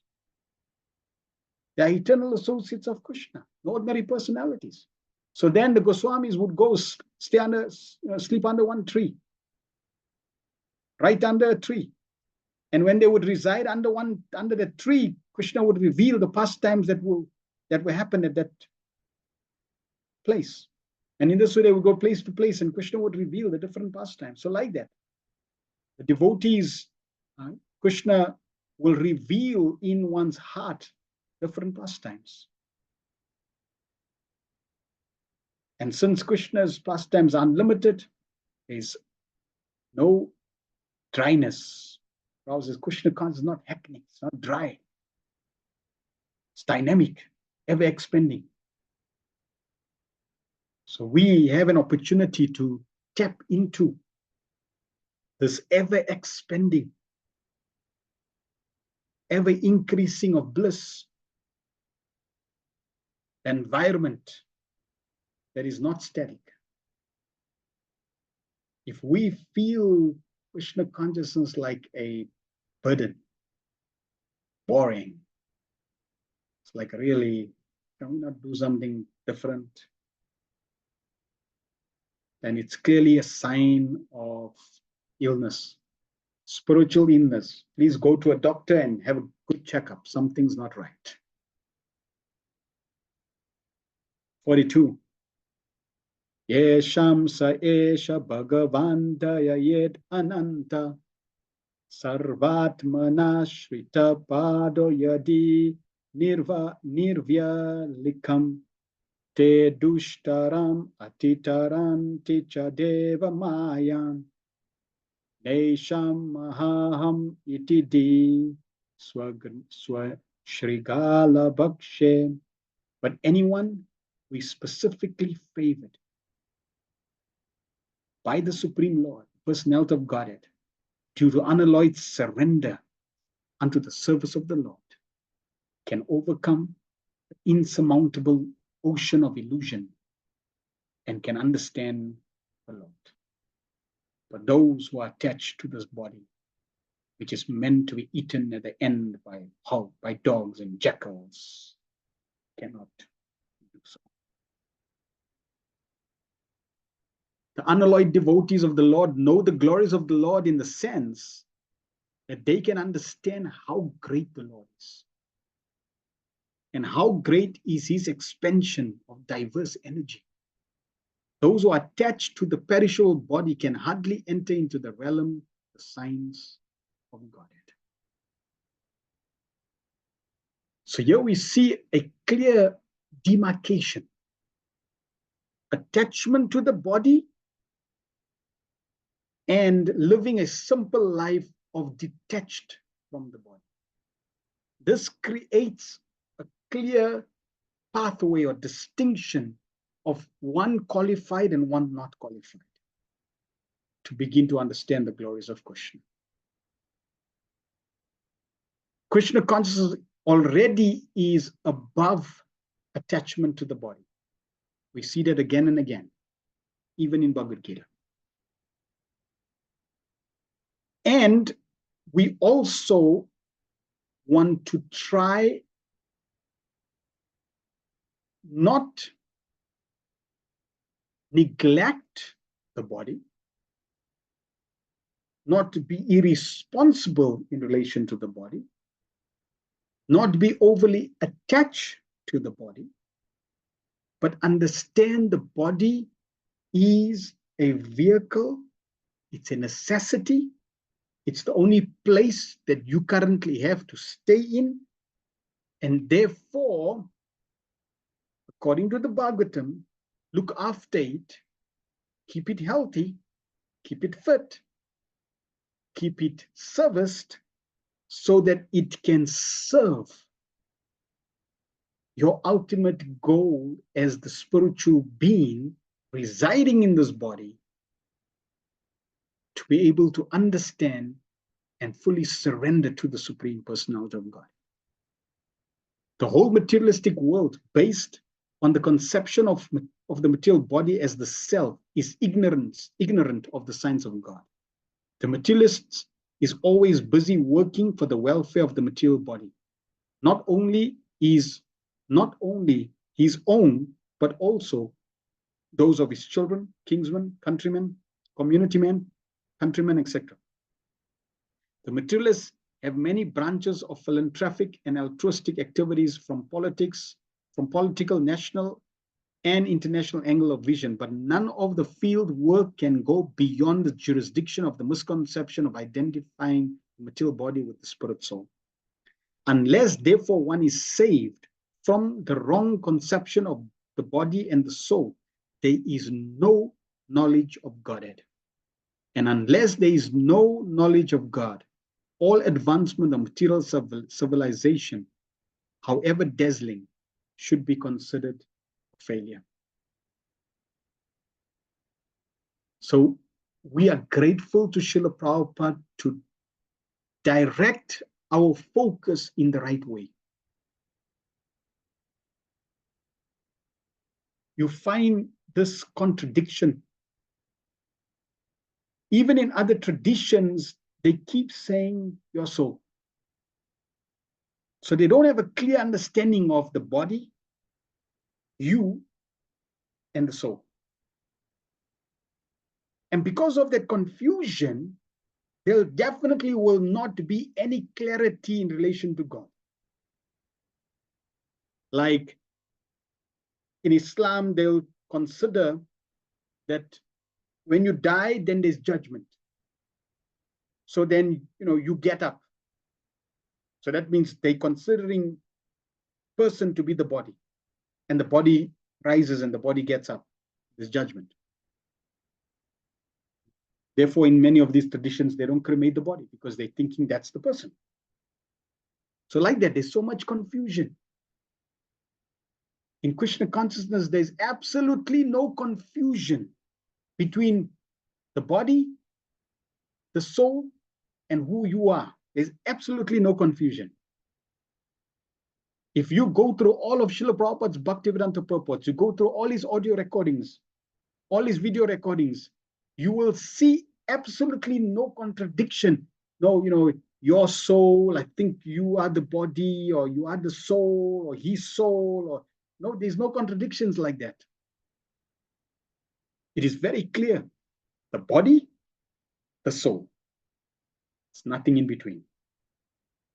The body, soul, super soul. Nothing in between. When the body is destroyed, soul with the subtle body is not destroyed. Nothing in between. And when the subtle body is purified and the soul goes back to the spiritual world, in relation to the Supreme Soul, in relation to Krishna, then that is perfection. So we see Prabhupada's guidance, Prabhupada's Bhaktivinoda purports is actually real guidance, real revelation, giving real clarity. 43 to 45. Vedam anga paramam sahiyogamayam yuyam bhavascha bhagavan atade tyavaryam patni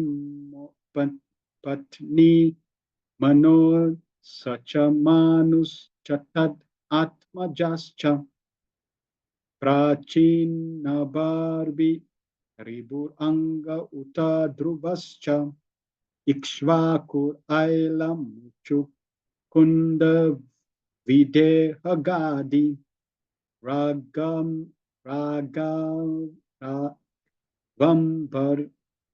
Risha Sagara Gayananu Satya Mandarti Alarka Satandav Vanu Ranti Deva Prato Balir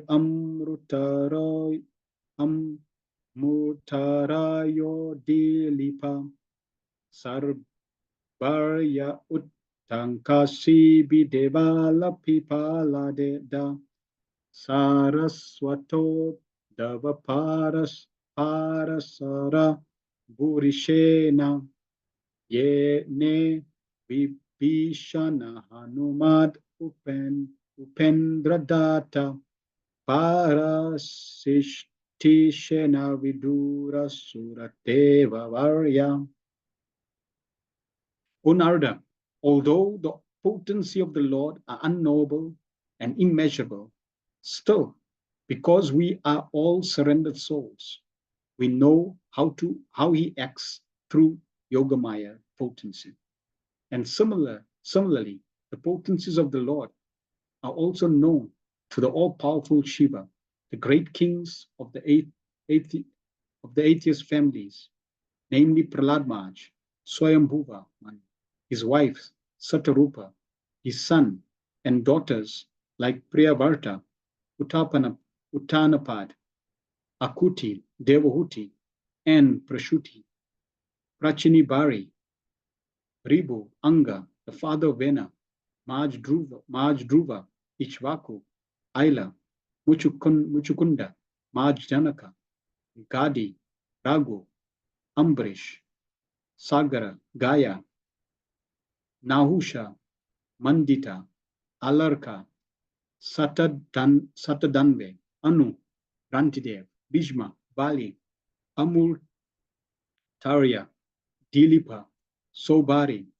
Utkant, Shibi, Devala, Pipalada, Saraswata, Udava, Parashar, Burishena, Vibhishana, Hanuman, Sugriva Goswami, Arjuna, Arish, Tishena, Vidura, Sutradeva, etc. So many personalities. Prabhupada says, all the great devotees of the Lord mentioned above, who flourished in the past or flourish in the present, and all the devotees of the Lord who will come in the future are aware of the different potencies of the Lord, including the potencies of his name, qualities, pastimes, entourage, personality, etc. And how do they know? Certainly, it is not by mental speculation and not by any attempt by dint of limited instruments of knowledge. By the limited instruments of knowledge, either the senses or the material instruments like microscope and telescope, one cannot fully know the Lord's material potencies, which are manifested before our eyes. For example, great scientists of the world are trying to reach the moon, nearest of the planets, but they have no sustainable clue as to how to reach it. And there are many millions and billions of other planets far, far beyond the scientists' calculations. But these are only the manifestations of the Lord's material energy. What can the scientists hope to know of the spiritual potency of the Lord by such material efforts? They cannot even know extent of matter, there is absolutely zero understanding of spirit. Mental speculation by adding some dozens of ifs and maybes cannot aid the advancement of knowledge. On the contrary, such mental speculation will only end in despair of dismissing the case abruptly and declaring the non-existence of God. So there's so many ifs and buts, might as well forget the whole idea because there's so much confusion. When somebody has so much confusion, they just forget the whole idea. The same person, therefore, ceases to speculate on the subjects beyond the jurisdiction of his tiny brain. And as a matter of course, he tries to learn to surrender unto the Supreme Lord, who alone can lead one to the platform of real knowledge. In the Upanishads, it is clearly said that the Supreme Personality of Godhead can never be known simply by working very hard and taxing the good brain, nor can he be known simply by mental speculation and jugglery of words. The Lord is knowable only by one who is a surrendered soul. Here in Brahmaji, the greatest of all material living beings, acknowledges this truth. Therefore, the fruitless spoiling of energy by pursuing the path of experimental knowledge must be given up. One should gain knowledge by surrendering unto the Lord and by acknowledging the authorities of the persons mentioned herein. The Lord is unlimited, and by the grace of the Yogamaya, helps the surrendered soul to know him proportionately with the advancement of one's surrender. So we need to surrender. We need to cultivate surrender. The more we cultivate surrender, more we surrender, the more Krishna reveals. That's the formula. We don't need to speculate. We don't need to use our material senses. We simply have to surrender. So we're surrendering initially to Prabhupada, because Prabhupada, following the footsteps of all these great surrendered souls, have revelation. So we don't deny their wisdom. We accept the wisdom. It just shortcuts the process. So we accepting this knowledge, which has come from the process of surrender, by accepting it, it purifies us. It then gives us the wisdom to then apply our own surrender to the Supreme Lord. So that when we fully surrender, Krishna also reveals himself. And when Krishna reveals, we will be able to validate what Prabhupada is saying in every single purport. That validation is revelation. That revelation comes from surrender. And that surrender is, and that revelation of our surrender is proportionate. So Krishna reveals proportionately to our surrender. If Krishna is not revealing, then he's revealing that we're not fully surrendering, or we're not surrendering sufficiently, or we still have a long way to go in surrender. So don't blame Krishna. Krishna, why am I not seeing you? I'm not seeing your form, qualities, pastimes, etc. And Krishna is independent, so he has his own sweet will, and he may be testing you. He may want to increase your desire, so there may be different reasons. Our duty is simply to continue the process of with the desire, with the aspiration that it's not just theory. It's not just gyan. What we're getting is gyan. And that's beneficial and important. But we don't want it to stay on that level. So that desire to have vigyan, realize knowledge, definitely should be there. So as I'm serving, as I'm chanting, that aspiration to have that realization has to be there. At the same time, I cannot force the Supreme Lord to reveal. Because again, I am a servant. I am not the controller. I'm not the master. So I don't want to fall into that achiever's mode. I always want to practice with the receiver's mode. Open my heart. Yes, have the intention, but understand Krishna is in control. And if this is how Krishna wants to reveal himself, then so be it. I need to accept, at the same time I need to aspire. 46. Te vai vidantya titaranti cha devamayam Shri Sudrahuna Sabara Apipapa Jiva Yadya Bhuta Krama Parayana Shila Shikshas Tiryag Jana Api Kimnu Shrutadharana He Ye. Surrendered souls, even from groups leading sinful lives, such as women, the labor class, the mountaineers, and the Sabaras, or even the birds and bees, can also know about the signs of God and become liberated from the clutches of illusory energy by surrendering unto the pure devotees of the Lord and by following in their footsteps in devotional service. So man, woman, laborer, mountaineers, Sabaras, birds, bees, everyone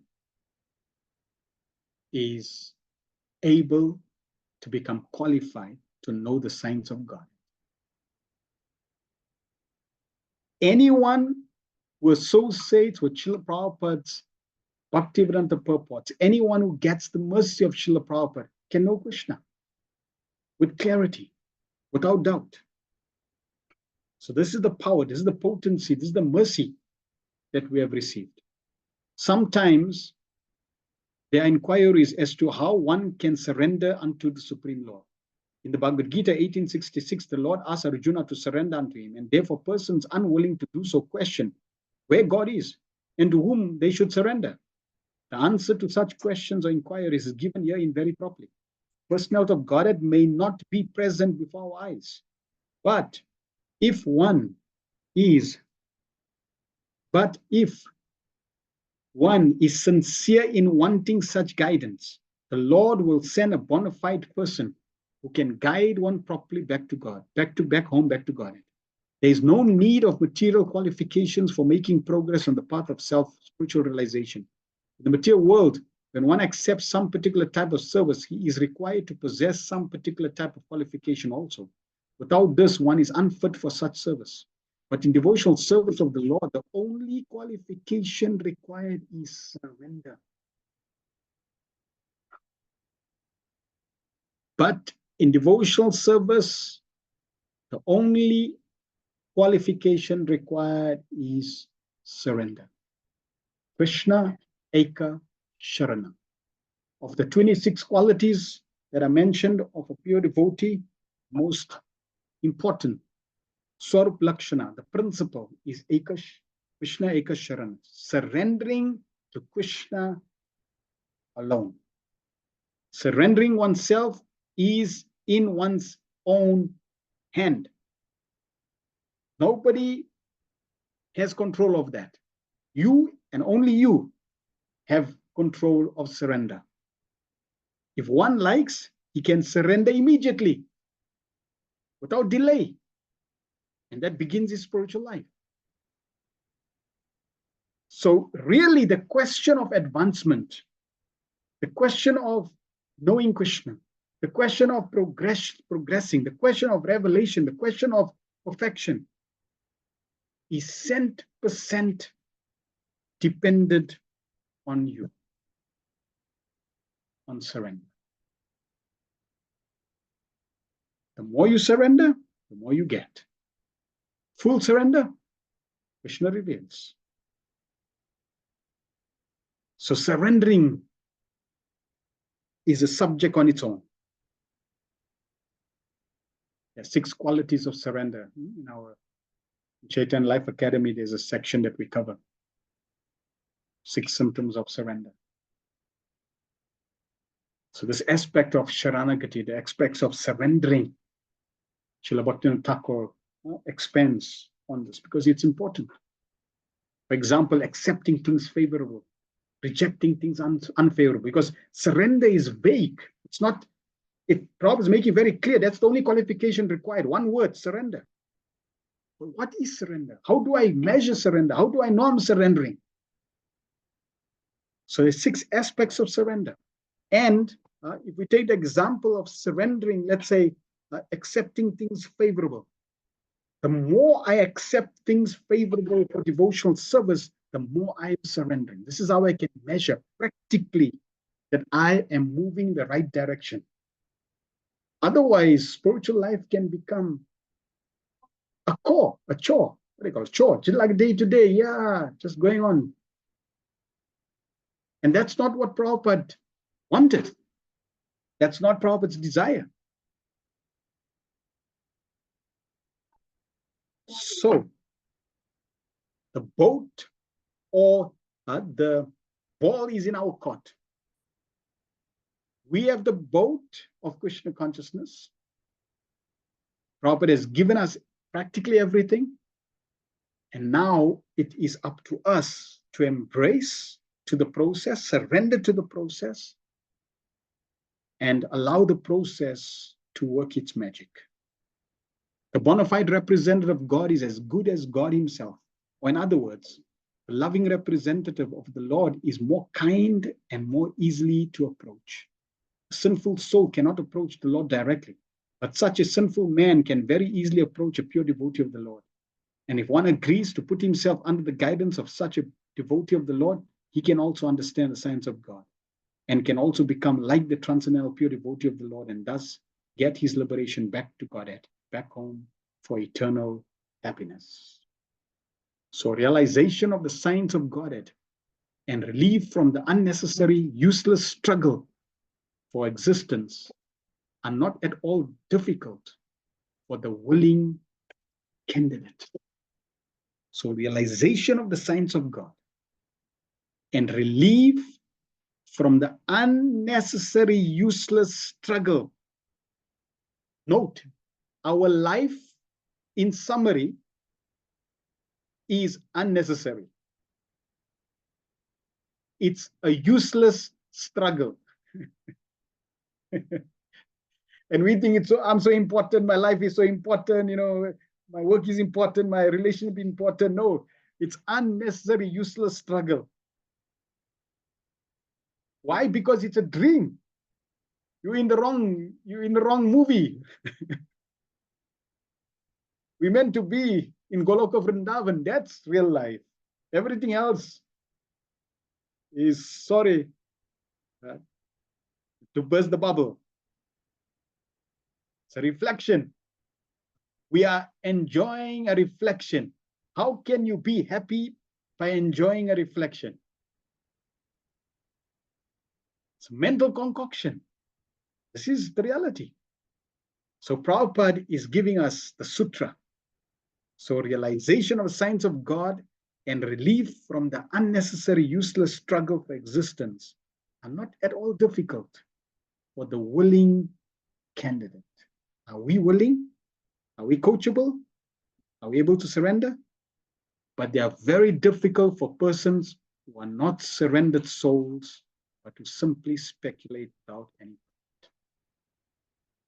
So once we, and again, you see how even Lord Brahma, and he gave so many personalities names. I mean, it's like such a list. And all these personalities, they have the same message. They have the same realization. They're singing from the same song sheet. Prabhupada is singing from the same song sheet. It's not like they have different song sheets, multiple song sheets, different personalities of Godhead. No, there's one supreme personality of Godhead. But unlimited potencies, expansions. And we have been given the key. We have to embrace, be willing, and take up this spiritual adventure. take up the challenge. And as Prabhupada said, just try it one life. I mean, you lived billions of lifetimes in 8.4 million species throughout the universe, from high to low, higher planets, low planets, middle planets, high position, low position, up, down, left, right. Every opportunity, every place you've been it, you tested it, you drive, you went through it. So one more life is not going to be a real cost. But if you give this one life to Krishna and try practicing sincerely, seriously, Prabhupada says, told Srila Bhakti Charamaj, then see what happens. And at the end, if nothing major happened, okay, no, then you can carry on your life, no problem. I mean, you'll be doing it billions of lifetimes, now you can carry on your journey. But just see what will happen at the end of this life. So we should seriously, sincerely contemplate on these purports that Prabhupada is mercifully sharing. Krishna has sent Prabhupada to us to reclaim us. We have been reclaimed. We need to surrender to the process and help others on this beautiful, wonderful, ecstatic, blissful journey. Vantaraj Srimad Bhagavatam ki jai, Srila Prabhupada ki jai, Nitai, O Pramanande, Hari Hari Bol. Are there any questions or comments? Please share in the chat.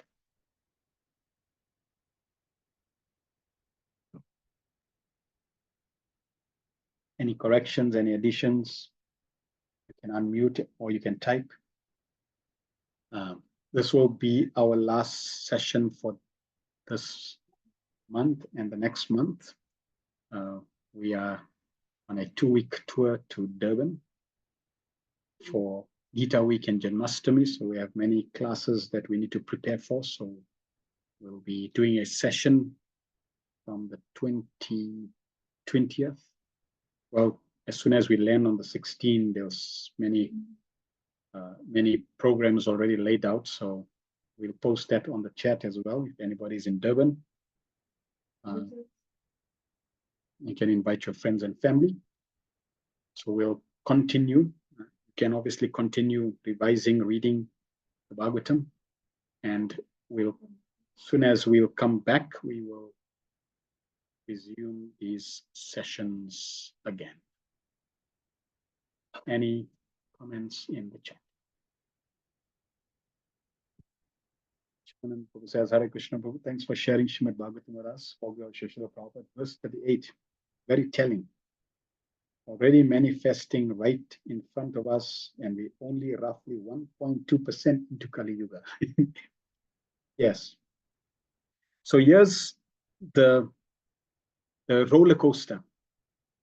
Kali Yuga started, and we're right on top of this specific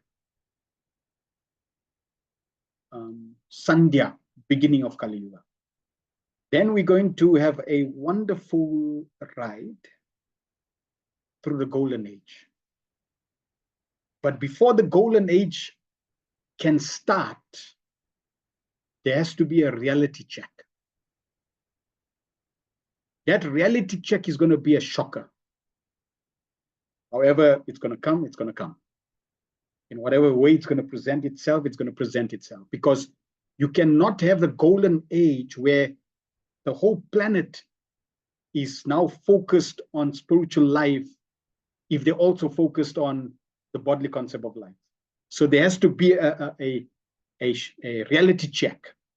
So for that reality check to happen, right, the foundation that has been built currently in this short period of Kali Yuga that has started needs to shake, needs to crumble. With the alternative that Prabhupada has given. So, two things are going to happen, and it May happen in our lifetime, it may not happen in our lifetime. Just depends on our age. But two things going to happen. One is the disappointment of the current way of life and the opportunity of an alternative, a positive Krishna conscious alternative, a very solid, strong alternative. Once that happens, the current lifestyle crumbles, and then the positive alternative is there. And remember, it's not only, let's say, Krishna consciousness. We're not the monopoly, right? It's not like everybody's going to be devotees. No. But in many traditions and many cultures, they're also promoting God consciousness. So they're increasing the vibration of souls. So the current low vibration and facility and that culture of living like that is going to crumble, with a higher frequency vibration culture is going to raise. Sattva good, mode of goodness. That's what's going to happen. When that happens, Krishna, the golden age starts to gain momentum. And that's going to go on 5,000 to 10,000 years. And practically, it's like everybody, in that period, to spread Krishna consciousness becomes like easy. People are interested, they're eager, they're greedy, they want to know, so the momentum it's going because they've got that experience. And the whole culture, everybody around is God conscious. At the same time, it doesn't mean that the whole world is Krishna conscious. No, demons are still planning. The agents of Kali are still there, and they're planning, and they're fighting the new wave. And they're instigating and trying ways to break the momentum of golden age. And side by side, they're also becoming stronger and stronger, and they're trying to do their part. And eventually, as the golden age then reaches its climax, then from there, it's downhill and downhill all the way non-stop. So if we can resuscitate the golden age collectively with all the ambassadors across the globe of all traditions that are Krishna conscious, God conscious, and make the whole world Krishna conscious and liberate the whole planet, it's glorious. If not, we want to not wait for that time. We need to practice Krishna consciousness now, take full advantage now, surrender now, and go back to Godhead now. But saying that now means practically doing that. And as much, Prabhupada said, try your best. So try your utmost best in embracing Krishna consciousness, in applying the principles, and helping Srila Prabhupada as best as we can. Then we leave the rest to Krishna, and the Lord and Prabhupada will, our acharyas will do the rest and facilitate us. Madhulash, Hare Krishna Prabhu, thanks for the Krishna Kara. Beautiful thought-provoking class. The 6 principles of surrender is automatically built into devotional service process that Srila Prabhupada gave us. So we just need to concentrate and practice to perfect that, then we'll be okay, firmly on the path of surrender, right? So the limbs of devotional service, there's 64 angas, limbs of devotional service. Those are the practical application of devotional service. But the 6 principles of surrender, accepting things favorable, rejecting things unfavorable, being meek and humble, accepting Krishna as one's provider, depending fully on, surrendering fully on Krishna, and accepting Krishna as one's friend. So these aspects are aspects of surrender. See, they don't cover the aspects of practical devotional service. So Prabhupada is giving the practical aspects of devotional service, but with what mentality do we embrace the process of devotional service? And how do we grow in that environment? And at the same time, how do we relate in relation to Maya, material energy? So for example, rejecting things unfavorable. To what extent am I acknowledging that this bad habit I have, this I got is not good for me, this I'm eating this, or I'm seeing this, or I'm doing this is not good for my devotional service, therefore I need to start working on that, right? So that means surrendering. So you see, it's not just I'm engaging in devotional service and I'm carrying on. No, that is mechanical. There has to be introspection. There has to be this aspect of measuring in relation to the 6 symptoms of surrender. So what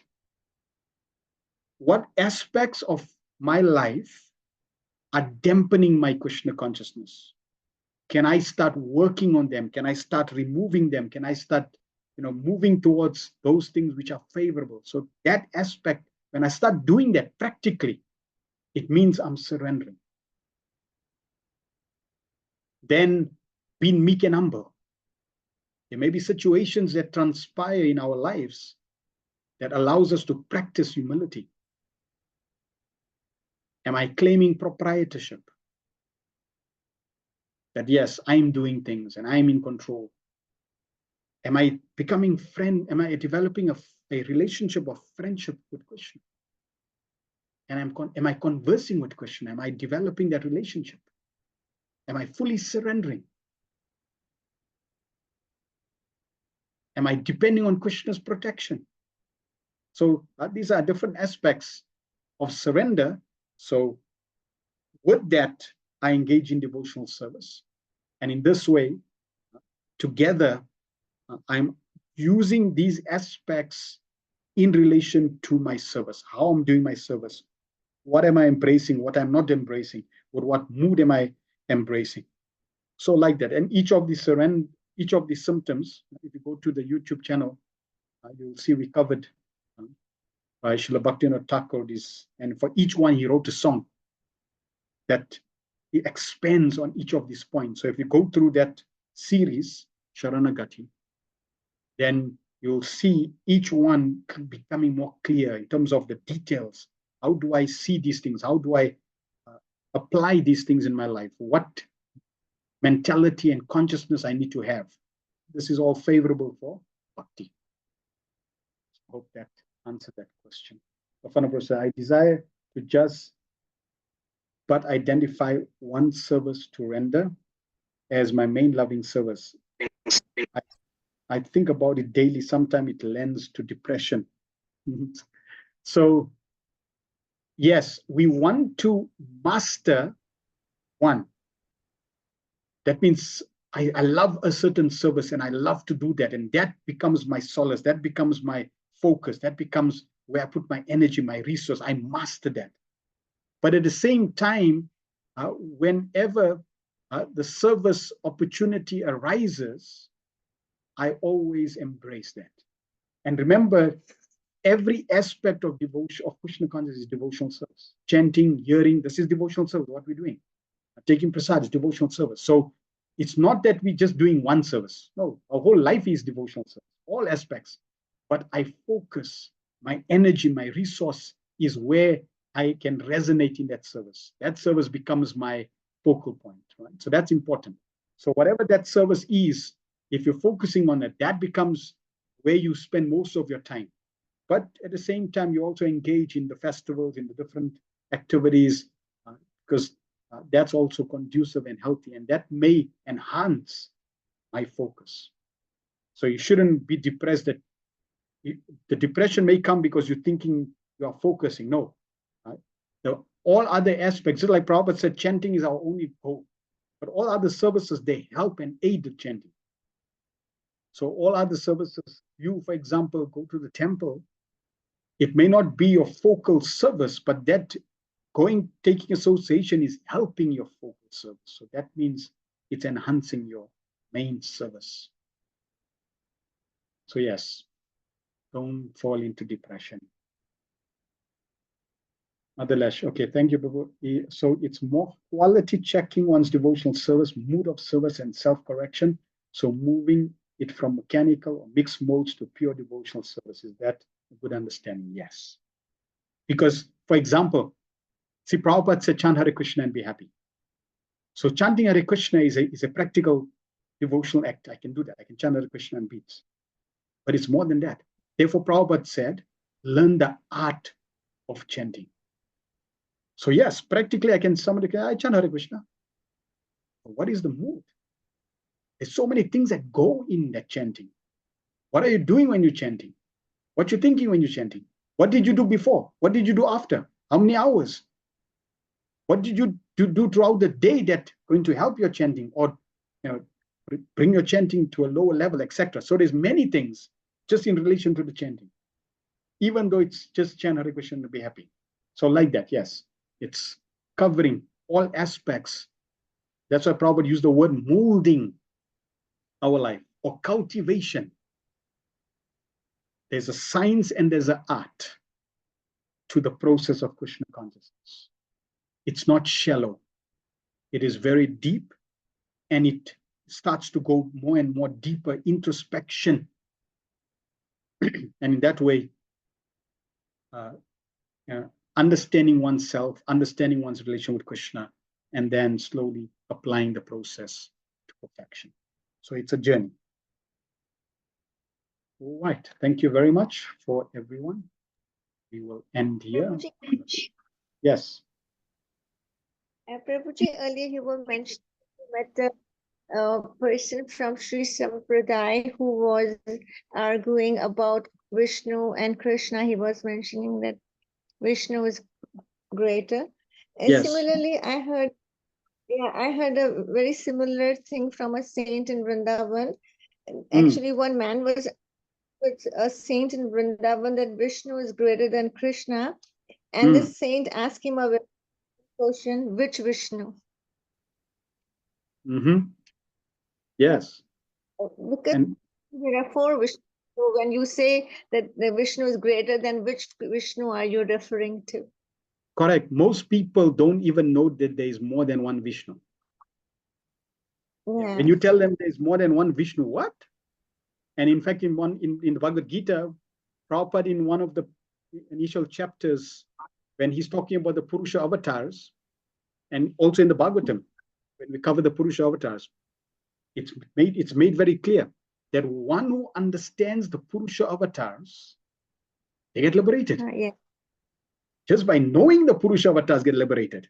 So, and we see we see the education system, right?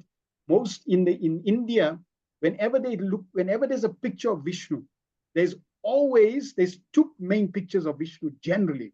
The one is always with Vishnu on Ananta Shesh with Lakshmi Devi massaging his feet, and the super soul. Most people don't know the super soul, but that picture of Vishnu on Ananta Shesh, that's like the classic. That's what they know. That's Vishnu. But by Prabhupada's mercy, we know that yes, they are, in fact, not just three Vishnus who are the Purusha avatars. There are even the 24 different expansions of Narayan, who are also Vishnu incarnations. So there are many, many Vishnus, each having their own spiritual planet. But yes, the Vishnu expansions, they have a certain function, a certain purpose. And it's not that surrendering to Vishnu is Maya. No. Surrendering to Vishnu, if that is your relationship, just like Jai and Vijay. Jai and Vijay have a perfect relationship with Lord Vishnu. But there are souls and their relationships higher in terms of intimacy. And in that sense, Vishnu cannot have those relationships. But Krishna can definitely have more intimate relationships. In fact, even if you take Lord Vishnu, then higher than Lord Vishnu is Lord Ramachandra. Higher than Lord Ramachandra is Krishna in Dwarka. Higher than Krishna in Dwarka is Krishna in Mathura. Higher than Krishna in Mathura is Krishna in Vrindavan. And it's interesting, Acharya described that they're all complete. But Krishna becomes more complete from Dwarka to Mathura, and most complete from Mathura to Dwarka, from Mathura to Vrindavan. So in this way, Krishna as the absolute truth, Sri Krishna as the absolute truth, is most complete in that environment. And not everyone belongs there. Like Hanuman, he has an eternal relationship in Ayodhya with Lord Ramachandra, and that's perfect. Jay and Vijay have a perfect relationship with Lord Vishnu, that's perfect. But the understanding of this absolute truth, when we know the knowledge of these different expansions, it just makes the understanding of the absolute truth complete and sweet. Because there may be souls that come to us and say, but I don't want to just be a servant. I like to be like Mother Yashoda. So they have the desire, and Krishna says, sure, no problem. We'll fulfill that. Look at Mirabai. She wanted to have Krishna as a husband. Krishna says, no problem. So that's the glorious position of Krishna, that he will facilitate those desires. And that is the complete understanding of Krishna. Yeah. Thank you very much for sharing. Thank you. Okay. Thank you very much for everyone's attendance and association. We shall keep in touch, and we will meet again in a month's time. I will obviously be opening up the academy as well, so I'll be putting some notices on the WhatsApp group, and we'll be taking that through as well just before I go to Durban as well. Thank you. Srila Prabhupada ki jai, Gwantarashambhavatam ki jai, Nitai Gopramanande Hari Hari.